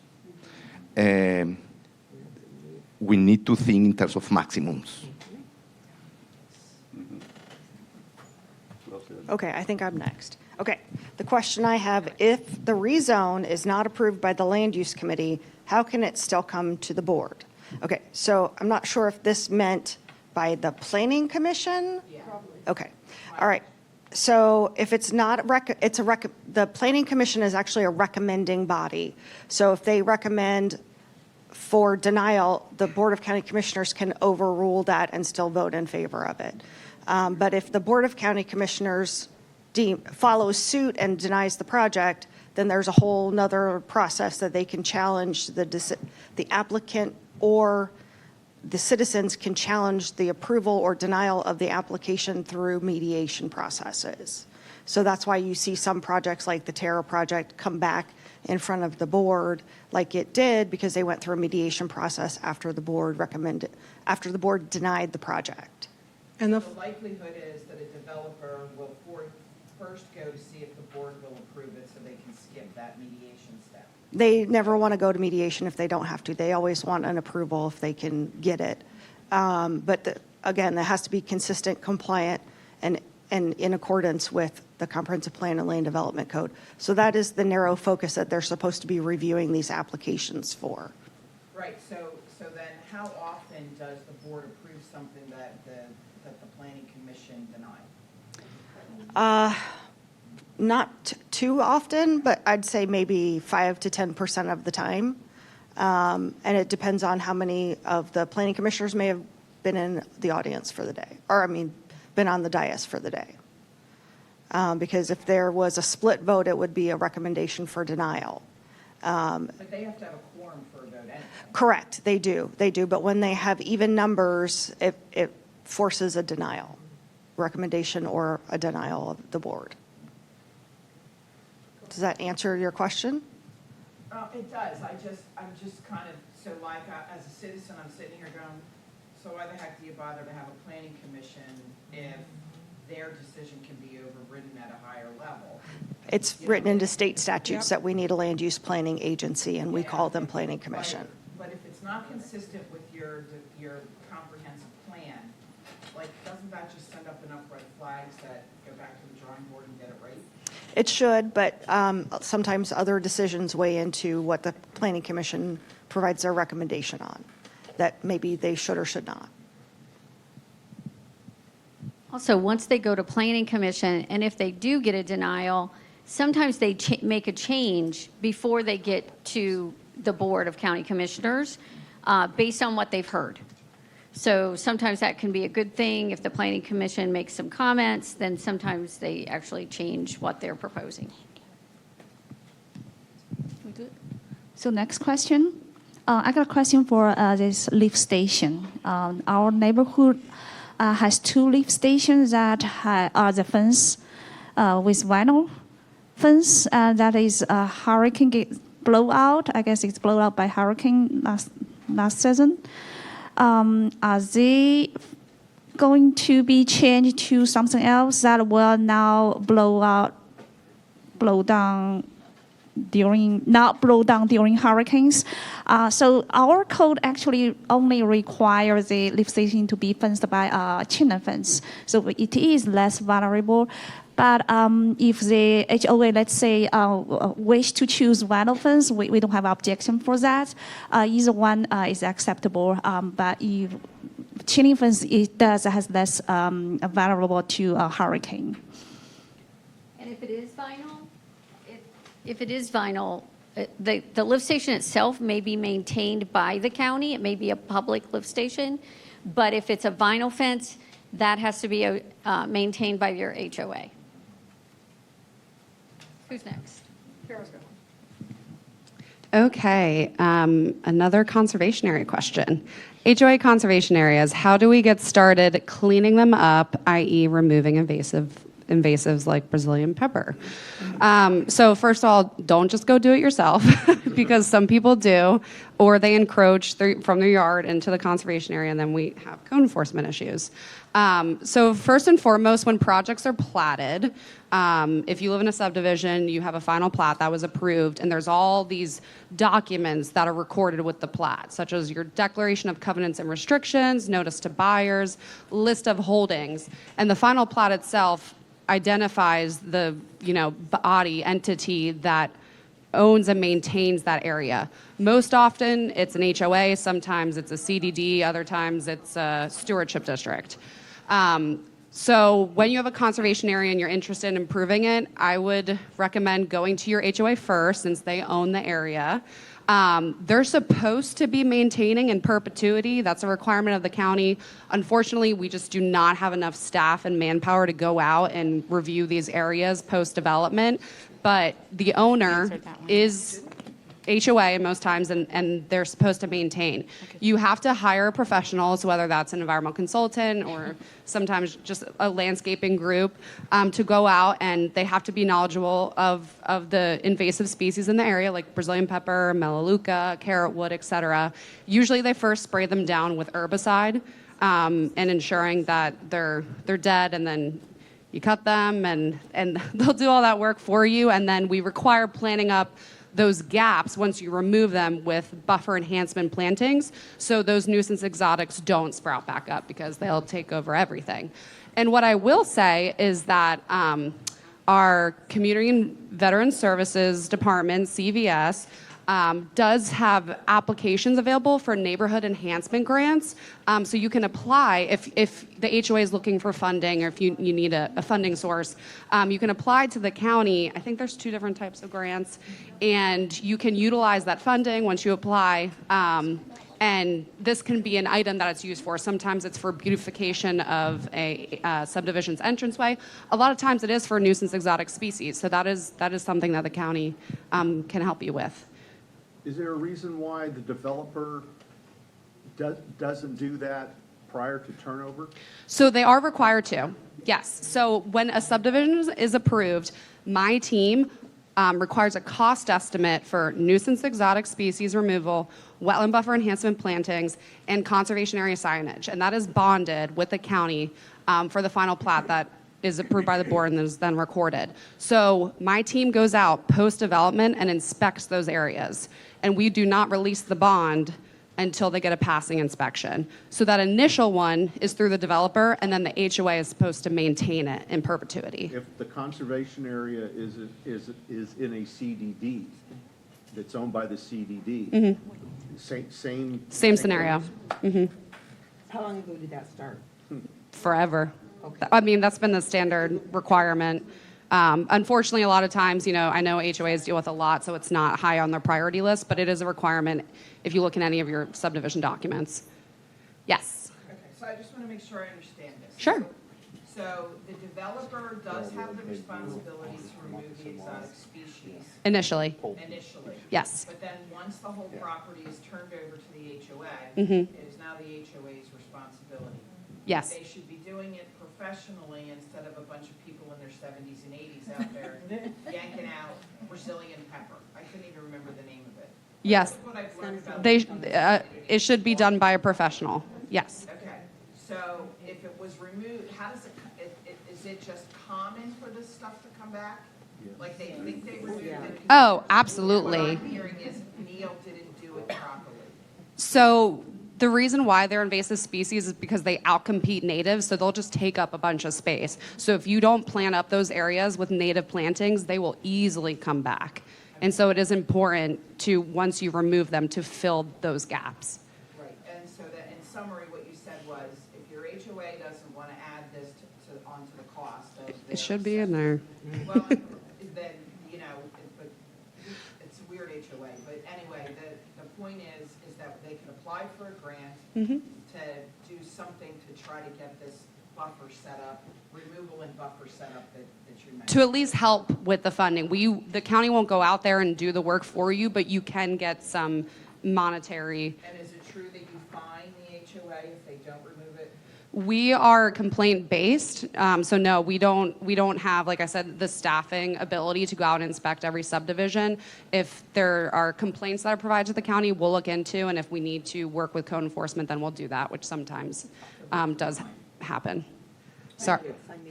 I will, so I have a bunch of my cards here, but just in interest of moving this along, I'm going to pass the baton to Building. Okay, so we have a question about information flow to homeowners. The question was, why don't we give information to a homeowner when they call about their permit and we only give it to the contractor? So that's half and half. We can give you public record knowledge. So anything that's available on our online system, so anybody can register an account. A lot of information is available without registering an account. You don't have to log in. And some more details are available if you do log in. So staff can give you basic information. What sometimes turns into from homeowners is questioning why something has to be done a certain way. Why did the contractor do A, B, and C? Why is it taking so long? What does this comment mean? We like to defer the homeowners to their contractors because that's who you're contracted with. That's who you're paying. That's the licensed professional. They're responsible for ensuring that the permits and their comments or the status or what's going on with the permit, that they're managing their permit. What sometimes happens is if staff gives out too much information or trying to go deep into it, it can turn into a he say, she say, and then it's back and forth between the building department and the contractor and the homeowner, and it's a full circle, but you're never going to talk to the same person twice with the amount of staff we have, and then that person, that the next person you speak to doesn't know who you spoke to before and what information that you provided. One thing that we're working on for homeowners is creating the ability for contractors to add the homeowner as a contact on the permit. That's something that would have to be discussed with the homeowner to see about their information being publicly added to permit data, like their email or their contact number, things like that. So that way, if that owner has an account or something set up, they can get communications from Manatee County of their status. Oh, your permit's been issued, or your permit's been closed, or you have comments that have been sent back to the contractor. So those are some of the things that we're working on. But it will be at the discretion of the homeowner and the contractor on what they decide for the homeowner to be added to those. So that's in the works. One of the other questions was, do we have to have a permit to repair hurricane damage? Yes and no, it depends. If you're in a flood zone, yes, because they have to determine if that work, that those repairs are either below or above 50%, which are the FEMA guidelines. So many of you don't know how extensive the FEMA flood requirements are and the amount of work. We probably have over 30,000 structures in the flood zone in Manatee County, 32,000 in the flood zone in Manatee County. Anytime a storm comes through, we do our initial damage assessment. We have to go through and check out the zones that were damaged. The heaviest hit zones, we have to send a crew out to do substantial damage assessments. They're going to take pictures. If they can't get in the house to see if there's any flood damage or water, things like that in the house, they're going to take the exterior. Those pictures are used to determine an estimate of damage. So if we know there's flooding and we know there was 3 feet of flooding and you're slab on grade, it's going to be assumed that you might have had water intrusion in your home, and they're going to give you an estimate on how much damage it is. That's not the final say-so. So when you come in for your repairs or you get the letter and you say, hey, I don't think I'm 50% or more, then we're going to depend on you to provide us feedback on what additional damage that we can't see was there or not there. So if you're not in a flood zone and the repairs to your home do not require a permit per the Florida Building Code, then you don't need a permit. But if the work being done does require a permit per the Florida Building Code, yes, you do need a permit. So It just depends. You got to know where your structure is. You got to know what the type of work it is, and you need to contact us. Yes, sir. How current are our flood maps? The flood maps, the last one, I think, were updated from FEMA in 2021, I believe. So that's what they use. So what you see on our GIS mapping right now for flood zones is the current flood maps for your home. Yes, ma'am. What you just spoke on was very personal, because I received a notice on a piece of property that I have that states that there was 3 feet of water in the home, that the windows got blown out of the house, and that I need to bring the house up to code. None of that happened. So why am I required to prove that this didn't happen when there's another property which it did happen to? They're not required to do it. So if you got a letter, well, first thing, our letters are standard. And we don't go into detail in our letters of what damage you have or how much water you have in your home. Yeah, there were just, so the SDA teams is what we call them, substantial damage assessment teams went out. And a lot of times they're communicating because the property owners might not be there to communicate directly. So you might have your neighbors, you might have people on the street that said, we got surge, or we got 3 feet of water, or we got this. So it's just an estimate. So right now, what we're doing, because we do have a lot of substantial damage cases that we're going through, if we can clearly see from pictures, like your windows aren't gone, the initial pictures we took, your roofs are not damaged, we don't have water markings, and all we have is let's say our notes say the neighbor down the street said there was 3 feet of water. Well, we can also take some other resources. We can look to make sure that there was not flooding reported. We can re-look at your percentages and say, okay, the pictures don't show that the windows are gone, so we can knock off that percentage off of your list and drop them. So we do take other measures, and that's what we're doing right now. And just keep in mind, we had to rush through this. We had teams in, and we had so many structures that sustained, and a lot of mobile homes sustained a lot of damage. A lot of properties out West Bradenton sustained a lot of damage, and we had our Florida Department of Emergency Management sent teams down that was helping us in-house to do this. So right now we're going back through a lot of those records and reassessing just based off the basic things we see.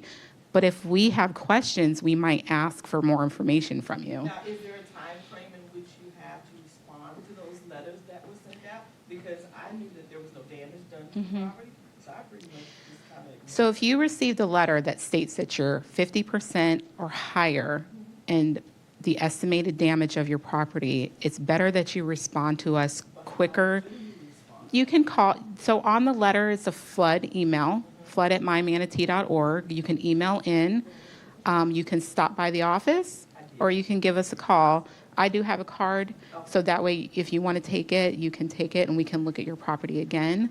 But it's not a perfect process, because we're taking human aspect of it, and we're trying to estimate, and that's all it is an estimation. It's not a final say-so, it's an estimation. So if you got a letter, let us know. We'll go back through it.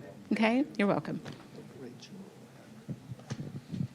Okay, my question is, what is the definition of compatibility?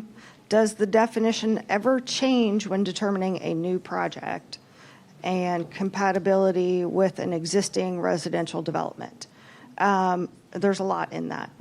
So the comprehensive plan has an entire section of policies under 2.9 that talk to compatibility. So if it's residential to residential, they want to make sure that both projects have their buffers. One residential might have more density than the other residential, and so maybe those buffers in the more dense development need to be bigger to be, mindful of the development next door to them. And does the definition ever change when determining new projects? No, it doesn't change. It's not supposed to be subjective, unfortunately it is. So when we look at a high-rise project, our high-rises right now are 4 stories without getting special approval. The other number is 6 with special permit, right? And so we would we have section 401.3 that talks to height compatibility. We have it throughout the comprehensive plan and land development code, how staff is supposed to look at the compatibility of one project adjacent to another project. And this is kind of a very layered question, so I'm not sure if I got to the root of it for the person who posed the question. Yes. Okay, okay. I'm going to go back to the beginning with Sunny. Okay, this question is for, I think it's whoever read this is maybe confused about my slides. I'm sorry for that if I didn't explain clear enough. So I maybe read this. What is a lift station and what happens there? So the lift station actually is a pump station. So many times when you have a, from your residential area, we have like a gravity sewer. This pipeline actually driven by gravity force. So it's like a free flow. But because when this area is not high enough, you flow to a certain area, low area, you cannot keep going, right? Because it's too low there. So water cannot be sailing there naturally. So that's the location we need a lift station. So we have to lift the water up, so or certain elevation, and push it out through the pressure pipe. So we call it forcement. So that's the function. So all over the county, you can see a bunch of lift stations. That's how it works. So, sorry, I have 2 questions here. So next one, what was your rationale for showing up area of road and traffic I don't know what is this, as it relates to water management? Maybe my slides go too fast. So my discipline area actually is infrastructure engineering, which means we have everything related to the engineering. It's my division handle that. So not only just water or wastewater, not only just utilities, it's just part of it. So we do review road, sidewalks, parking lots. We review the geometry, horizontal design and vertical design, and we make sure your base, sub-base meet our county code. So that's a major reason I'm trying to show you what we've been doing there. So in my slides, I do have a picture for utilities, pipelines, stormwater pond, so that's part of it. So roadway stuff, that's geometry, it's part of our review. So actually, Nielsen's group is doing transportation planning. They're focused on the traffic, signing and marking, and planning for the future. So it's slightly different, but we do work close with each other when there's some specific question regarding to, let's say, turners, right? Driveways. We do talk to each other, make sure we don't miss anything. So hopefully I answered that question. Thank you. I have here 2 questions. One is the plans for the 27th Street East, the intersection on 26th Avenue East, and the roundabout on 38th. Okay. Let me explain something. What we do here is reviewing for planning purposes. We review site impacts, and we review site development plans not for operations, only to comply with the regulation we have. Of course, there are, for example, on this one, on the intersection on 27 and 26, it's crazy because one thing is what the plan comes, and says, and another what happened on the site. Please remember, this is planning. We do on paper. We coordinate with other entities, and we gave our results to the public works, And they go with the plans and they try to build what is on the plan. And what happened many times is that the plan doesn't match what it should be. This is the human nature. That is one thing. The other thing is the interinstitutional connections, agreements, relationships. For this intersection, essentially, is because we have something with the city here, Bradenton, and they require an additional coordination. And I believe that is one of the reasons this intersection is behind of our expectations. Regarding roundabouts,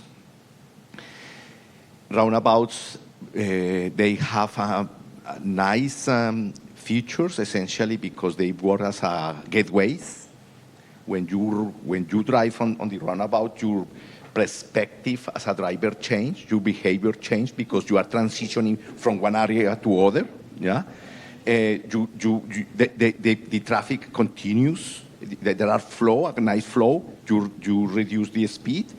Roundabouts work in favor of safety. It means maybe it doesn't reduce the number of crashes, but it reduces the severity. It means it's very seldom that we have a fatality in a roundabout.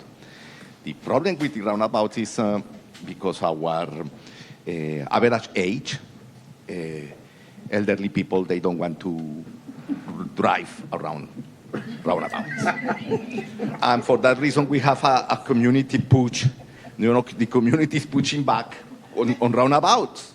It means from the technical perspective, we try with the roundabouts, but from the human perspective, people don't like roundabouts. Here in Florida, that I don't know, in the north is different, but that is the reality we have. And another thing is the construction cost increased almost 2.5 times with respect with the last cost evaluation from the impact fee study. Building a roundabout is really expensive. The cost of a traffic signal is about $1 million. You need to understand the magnitude of what we are speaking about. That is the reason in transportation everyone is an expert, because everyone wants to be behind money. Okay, let's go to the second question. Whoa, one at a time. Okay. It's all equal. We're going to try to make sure your questions are answered. One at a time. All right, I've got two questions here. I'm going to speed through the first one, though. Breaking the rules here. This one's an easy one, though. All right, so who maintains vacant property? The property owner. Pretty simple answer to that one. So we get a lot of, you'll get code enforcement cases against you for overgrown lots and stuff like that. If somebody's not taking care of it, or if they got a bunch of trash all over their yard, or their vacant lot. The second question is how do you find out who put something on your property, and was it legal? What? It's a loaded question. So we use a lot of different tools here. We use GIS first and foremost to identify who the property owner is, what the zoning is, what it allows, and then we can kind of peel back a couple different layers on that too, is by going back in time to see. We can do record searches through our system. Acela is what we use, the platform that we use to process all of our building applications and planning applications as well. So we're able to see back. We implemented Acela 2018, I think, something like that. So we're able to see back to 2018, and then prior to that we had a DTS system. So we can go back in time to see what was approved on that site. For a citizen, if you guys want to find out anything, you can always do a public records request. And with that being said, when we respond to this, I'll send you the directions and link for that as well. Yes, ma'am. So a follow-up question related to a vacant property. So during the storm, if they had a structure on that building and the roof blew off and it was on the middle of the road, I'm sure that Manatee County came along and put the remnants along the side of the road, prop it up against the fence or whatever. But how long does the property owner have to, like a general rule of thumb, how long should it be allowed to sit there before they need to remove it?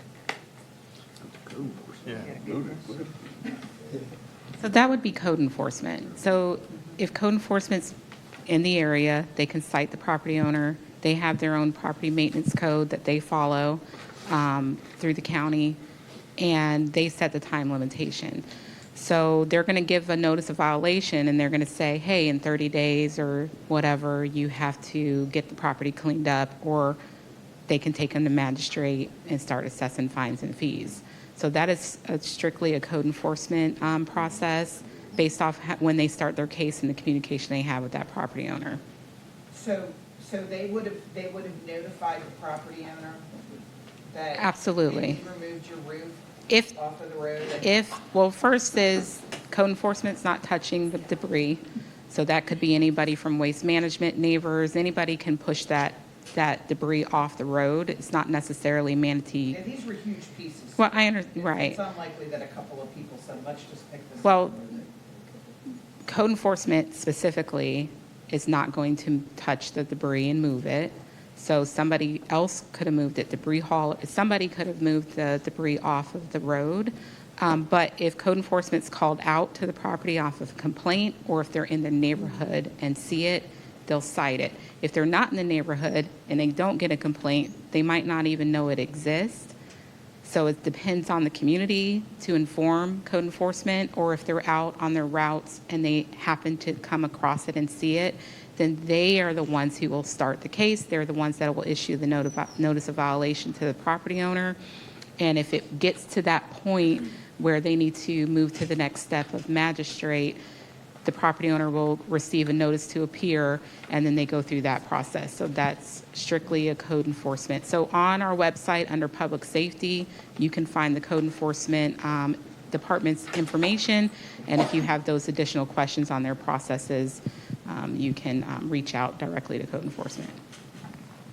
The questions that you just responded to were both of them were mine.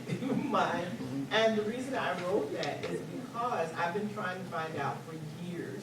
As a child, I grew up playing in a backyard that now has a fence that goes from one end of the town all the way to, and no one seems to know where this fence came from. I've been up there several times I was told that there was no permit pulled to put the fence up.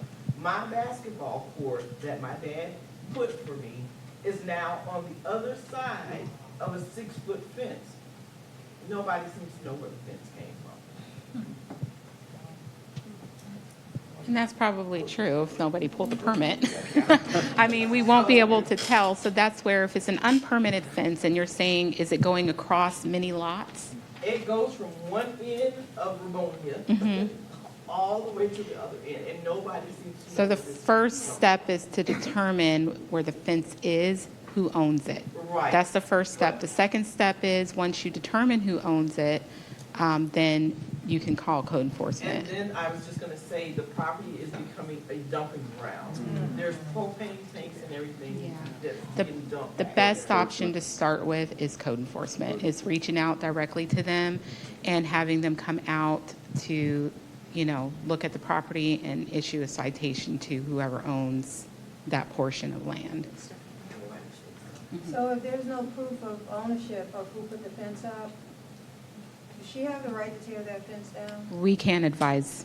Unfortunately, we can't do that because we're not a legal entity. So we don't have the ability or the authority to give permission to property owners to do something on land. But as soon as I So, do it, then well, if you tear it down, we can't come out to you and do something to you for taking it down. We're just not that type of department. We don't enforce any civil action in the development services. So, that would turn into a civil issue between you and whoever put that fence up if that fence came down. So one thing to do is get in the plat records, get into so you can see if that's an easement, if it's something like an undetermined piece of property, something to kind of just check your checks and balances there. But at the end of the day, you can possibly get code enforcement out there. But And another thought on that is that you can go back in time with GIS aerials, okay, and then you can determine when that fence was actually constructed. And then you can also go back on the property appraiser's office website, and you can see who owned the land at that time. So that's another thought for you too. GIS is? Right. That's our mapping system that we use, and we can also we have it on our website. Every citizen can utilize it. And how far back does something like that go? I mean, we have aerial photos from the 40s. I think we're going to answer questions for about 10 more minutes, and then maybe if someone could help us, we could show some of the GIS layers that you guys are able to utilize that are available for the public, so anyone can go online and see that. So about 10 more minutes, and like Nicole and Denise said earlier, we will take all of these questions and provide a document. We will answer all of them and provide to everyone that is part of this group. I'm just going to go ahead and do this one quick. Oh, June. Oh, sorry, Matt. Oh, no. You That's go. okay. Go for it. I'm so sorry. Okay, this is a permit question. When a permit's pulled for a small project like a bathroom remodel, how long does a homeowner have to wait for the inspections between steps? And that basically, if it's a homeowner's permit and you don't have access to the portal, you can, on your permit, you can call in, do the IVR, or yes, and that will let you pick your inspection that you need.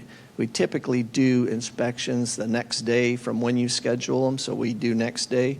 I noticed one of the questions was about inspections rolling, and when an inspection is rolled, meaning it's scheduled for a day, they couldn't make it out there, that becomes the priority for the next day. And in the best world, that always happens, but if it doesn't happen, you can always call into the inspection department, the building codes. We can track down what happened. So if something got rolled and it doesn't get addressed the next day as a priority, don't think that it's you have to wait an additional day. That's absolutely call our department so we can research to see what happened. The other thing was if a small was not a homeowner's permit and it's a contractor, the contractor has to request the inspection. A lot of times when they don't schedule them because we get complaints and we look it up and there's nothing scheduled in the system, well, they're not going to admit that they forgot about you. So, but a lot of times that happens. But those are the two scenarios. We always try to get things the day that they're scheduled for.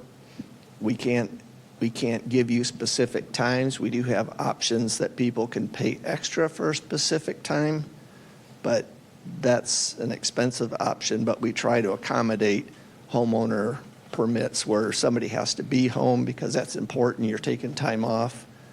Those are priorities. So.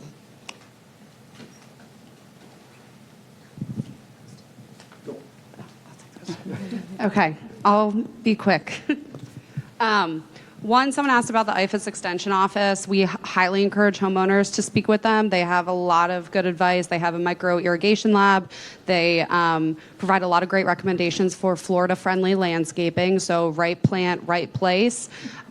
We don't work hand in hand with them too frequently on development projects. Some of the older subdivisions have language in there regarding the requirement to plant Florida-friendly, or at least highly encouraged.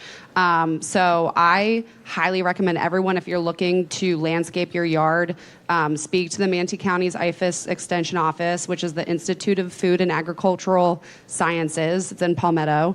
And they're a really great resource to utilize, even if you're looking for a planting, like a species, if you have a street tree that you need to replace. So I love our extension office.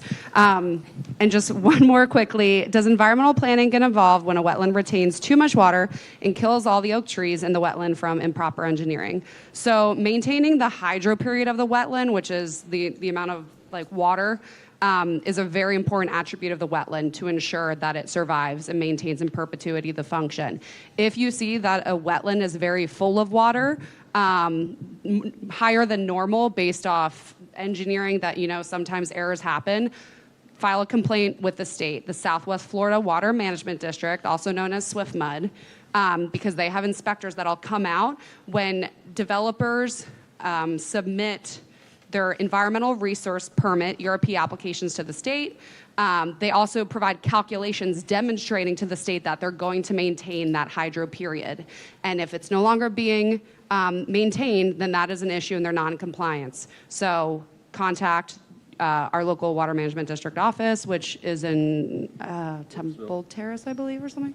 I'm sorry, what? I'll provide the contact info with a later document. Change your status from, like I've had to put that out in my house multiple times. They just changed it from wetland to bottomland swamp. So, but that's for a single property, right? Are you talking about? It's the backside of my property. It's Fisher Creek, so it's just going to keep compacting to everybody else. Right. So, I mean, the specific development projects that have approved engineering plans and calculations, like stormwater calculations and everything approved through an environmental resource permit, they have to maintain those. So if they come out to the site, a lot of times we get the complaints, but then through code enforcement, but then we have them coordinate with the state. And sometimes they're non-compliance and then they need to mitigate and rectify. Stephanie? Or Rachel? Yeah, I guess. Yeah, I'll take one more. I think this should be fairly simple, but again, it's going to be layered. Okay, which takes precedent? Please put in order. State statutes, land development code, HOA, with all of their documents, their bylaws, their declaration of restrictions, or SWIFMUD. And so really, we always start with state statute because that helps us prepare the land development code. It also helps the water management district take care of their regulations. So putting them in order of how things go at the state level, it would be the state statutes, SWIFMUD, and the land development code, and then your HOA documents. And I say it in that order, but how we review applications, we don't review for SWIFMUD criteria. Those are separate permits. So we would put it in order of Florida statutes, comprehensive plan, land development code, and then the Southwest Florida Water Management District, Florida Department of Transportation, Florida Department of Environmental Protection permits, and then with the final plat would be your HOA documents.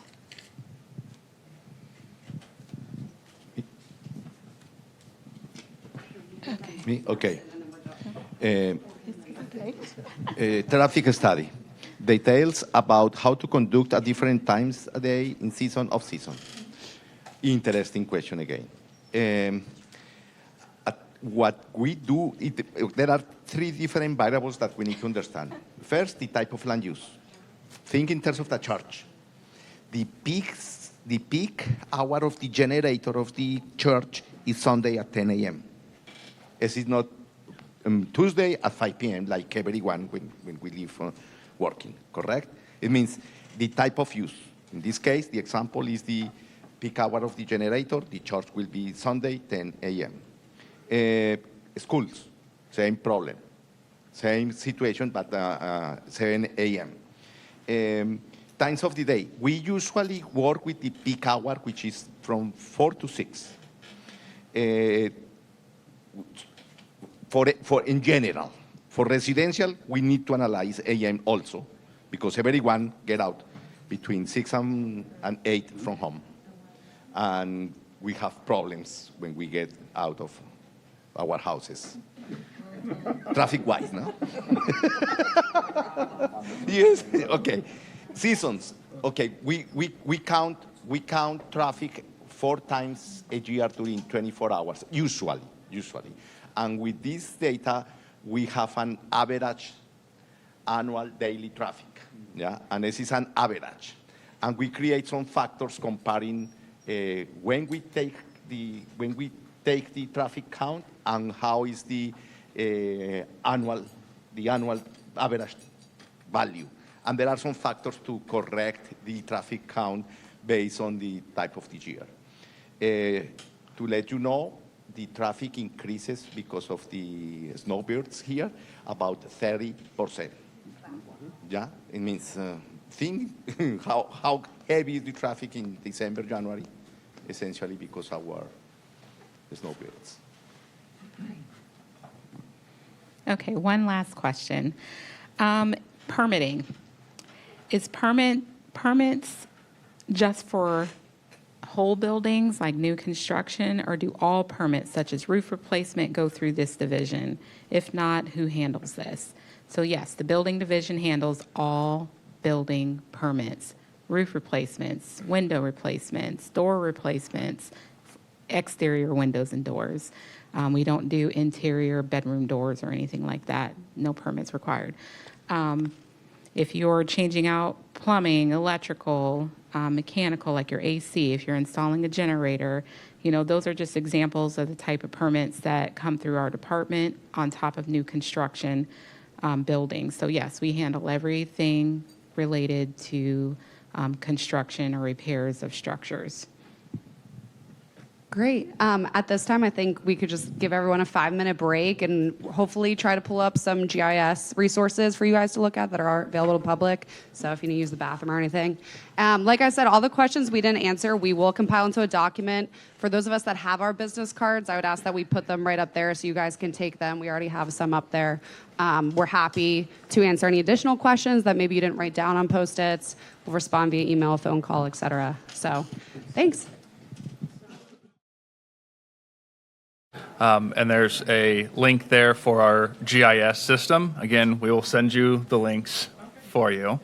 So the first one we're going to touch on is our GIS system, which is our mapping system. So I actually have it already all pulled up here. So here we have, and this is just solely for Manatee County. So all land within Manatee County, we have it on our mapping system. Anything outside, it doesn't exist in our eyes, essentially, for this mapping system. But this does include both City of Palmetto, City of Bradenton, and the other jurisdictions. They're just not within unincorporated Manatee County. So we'll just kind of zoom in here, and you can actually enter in either a parcel ID or an address, and it'll take you right to it. So let's just look. Let's type in where we're at right now.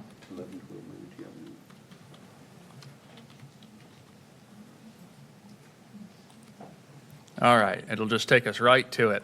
So, and you can see a number of different items of who owns it. You can click on it. So you can see who owns it, the address, the parcel ID. We can see that this actually is within the City of Bradenton. We can see that it says BR, which we know is Bradenton, City of Bradenton. Excuse me. Some of the layers that we use most frequently are obviously our zoning. So on the right-hand side where you see all these little, I guess it's the 3 squares, the layered squares in here, we can go in here and we can toggle on and off different layers. So if we look at zoning, and let me just zoom out a little bit, we can see that this area of town is all located within the City of Bradenton. And there's a number of different cool little features in here that I like to use to set the transparency level. So you can kind of just use the slider bar here, and you can toggle on and off so you can actually see what you're looking at here.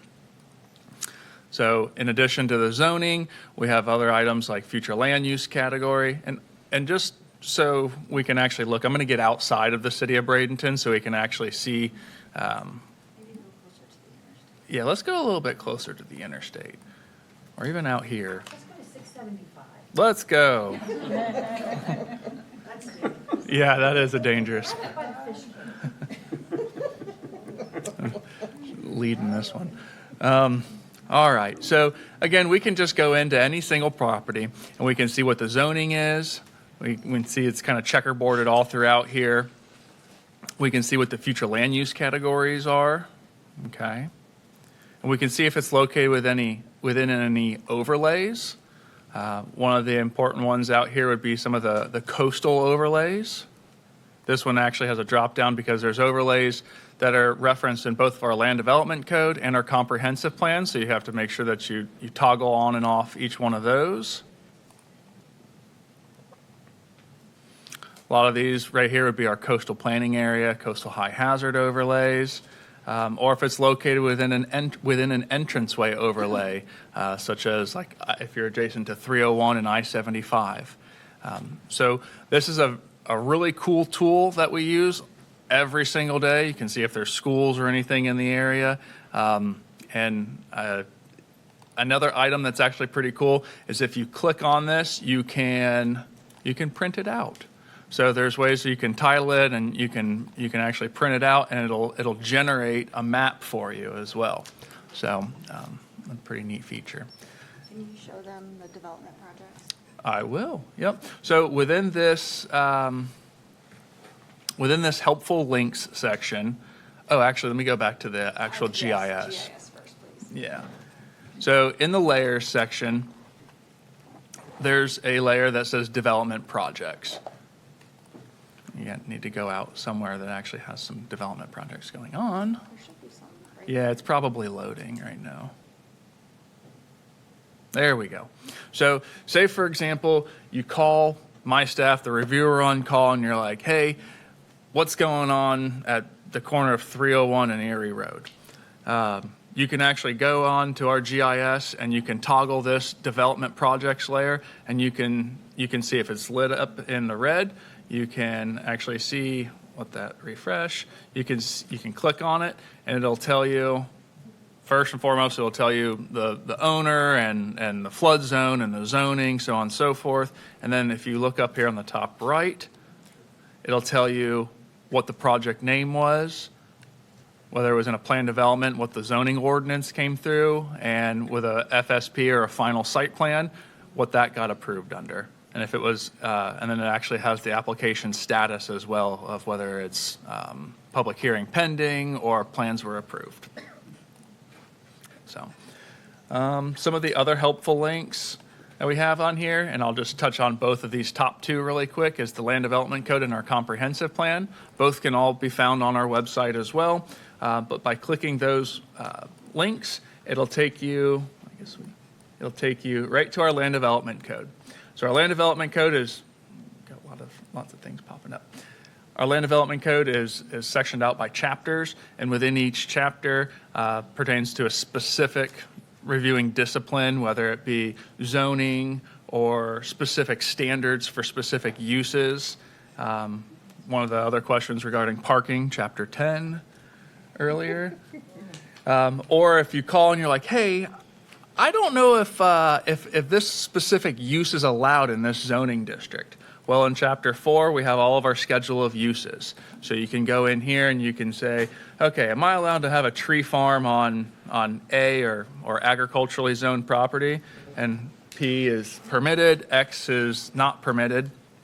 And within each specific use, there's a specific standards. So this is another link, and it'll take you to it, and it has specific standards for development on that project, or for that specific use. The next link was our comprehensive plan, and again, it's sectioned out into different elements. Instead of chapters, it's elements. And just a refresher, so our land development code and our comprehensive plan. Our comprehensive plan sets all of our goals and policies for the county for the future, and our land development code is what implements those goals and policies. And Rachel, do you want to touch on the other? Can you please show the map series 5 on the comprehensive plan, because this is on yes, at the end. Let's see. No, there are not yet in GIS. There are in GIS, but show them because what I want to show you with these plans is, but Oh, okay, I understand what you're saying now. yes, I didn't understand you were talking about in the GIS system. Okay, so in our GIS system, you can also toggle on the functioning classifications of roadways of how it exists today. Okay, and remember, as Nelson was saying earlier, everything is classified, whether it's a local street or a collector or some sort of thoroughfare arterial roadway. So as it exists today, we can see the pink, it actually drops it down in here, and it kind of gives you guidelines of what each color represents. Go to the aerial view so you can see it over time. And then you can actually go on to see what the future traffic circulation is going to be. Number of lanes and the Yep, right-of-way. yep. And it goes into the number of lanes and the right-of-way as well. You can drop each one of those down. Can you also show them And then to bring the older aerial map? to print the older aerial maps or to show those? Okay. Yep. Yeah. So let's go ahead. We'll go look at those two. Yeah, get all the other layers off. All right, so we've removed all the other layers. So now let's go back in time. So over here on the far left-hand side is our base map gallery. Let this load up. So we can always go, so we're in our 2025 draft aerials right now. And so all you have to do is just click on them and it'll take you back in time. So we can kind of go back all the way. Once you go back, I don't know, in the 70s, 60s, 40s, the maps get a little grainy, but that's to be expected. So to answer the one question we had about when was that fence built, this is a good tool to be able to utilize here. It allows you to go year by year for the last consecutive 20 years almost. Do you ever use data from the property appraiser's office, from their GIS, or not? Can you show them how they're connected? Yep. So just by clicking on just a random home I zoomed in on here, just by clicking on it, pulls up the parcel information. You can actually click on this graphic right here, and it'll take you a direct link right to the property appraiser's office website, where you can see everything there is about the property owner. You can see when the building was constructed. I think they have like permits. You can even see the permits that were pulled here for it as well on this far bottom right-hand side. So say, for example, you're like, well, I don't know when that building was permitted, and I want to know what the permit was for. You can go on to the property appraiser's office website, click this, and you can see the BLD number right there. So say, for example, you wanted to get those approved permit plans, you would then do a public records request and supply them with that BLD number. Okay, I'm going to switch seats with Chris so that I can show you how to get to the project lists and a little bit about those project lists. Do you want to show them back on the land development projects thing, that when you click on it and then you go to the bottom of the page, little area, it takes you to all the planning stuff that was attached to it? Why is this so hard to watch? That's why you This did all one's that. actually working too, so you might not, the mic, so you might not have to hold it up. Okay, I'm trying to get the mouse to cooperate.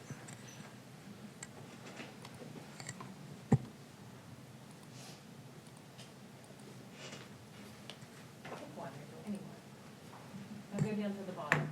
Yep, and if you click this little guy right there, Oh, so it has an entire summary of the description of work in here as well. and click on this little arrow right there. There you go. What is all that? Yep, and so that just pulls up even more information on there. Okay, so it's showing all the So you shape go to final development projects information. right here. Okay. There you go. So that just gives you like a little walk down memory lane of all the different zoning ordinances, of when it was rezoned, what the ordinance number was, all the FSPs or final site plans that are associated with that specific parcel. So that's another really cool tool. I did not know that was there. You just made my day. See, it's always good to work on, to do this with the Citizens Academy. We really do appreciate all of you because it helps us learn to do our jobs better. You're welcome.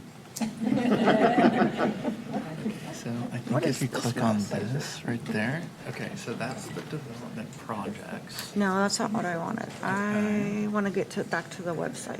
Are the current maps live, or are these photos that have been taken with satellite or something?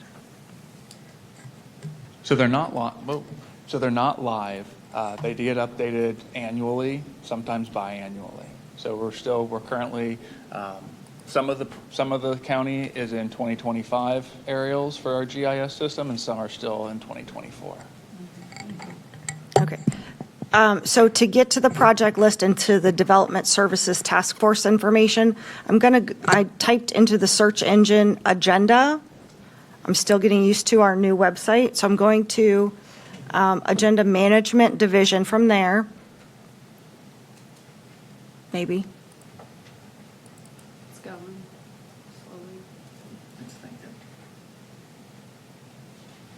Okay, and so this page really has a wealth of information for all of the projects that may be going through the process. It gives you the Development Services Weekly Project List, which I'm going to click on here in a minute, the tentative public hearing calendar, which is another great resource, the Board of County Commissioners meeting calendar, Development Services, sign up for the Development Services Weekly Project List, request a proclamation, find past Board of County Commissioner or previous agendas, past meeting minutes, current and upcoming meeting agendas. You can apply for an advisory board seat. You can watch the meetings on YouTube. You can find Historic Preservation Board meeting information or hearing officer meetings and minutes. You can use this page to join the Development Task Force online meetings. You can use this to get to the county live meetings, to submit public comment, and to sign up to speak at a commission meeting. So I'm going to show you two of them. I'm going to show you the weekly project list. So when we click on 512, which was earlier this week, you see the list of projects, and the PLN numbers correlate to the numbers that are in Acela, which is the computer system that we use for all of our permitting and applications processing. So you can actually click on the PLN number, and it should take me to Acela for citizens access. And then it's going to show the status of this is completeness review version 1, and then it's going to talk about the Salvation Army and give the applicants information and then more details. And so we can continue to click and scroll to get more information on this.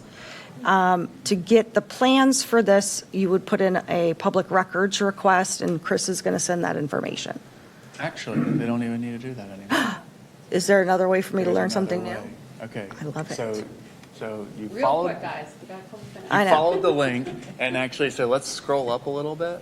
Okay. So right there where it says record info at the top, right here, Yes? you can click that, okay, and you can go to attachments, and you can see every single time that anybody's ever uploaded, but mind you, Okay. it's going to have every single document. So anytime that we've done our review, we send it back, we say, hey, you need to fix X, Y, and Z. They resubmit. It's going to be every single document. So a lot of times it's best to sort to go to the last thing that was uploaded because that's the freshest one. So Okay. So in order to sign up for this list, let's see if it's on this page. I'm going to go back to the agenda management page, and I'm going to scroll down to sign up for Development Services Weekly Project Lists with the little sun symbol that the county uses. And then you can go ahead and get the submission form for neighborhood registry, and then just continue along on your path here and filling out all of your information.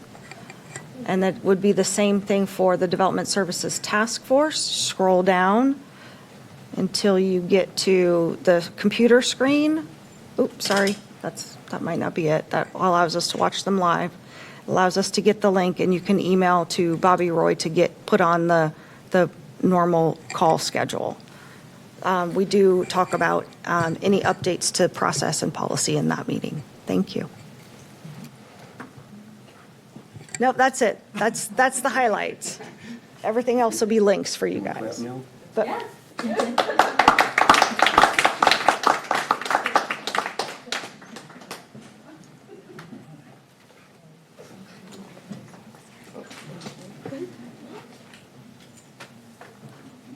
Testing. Well, thank you so much. Wonderful team from Development Services for all that wonderful information. So thank you so much once again for Development Services. Let's give them a round of applause. Thank you.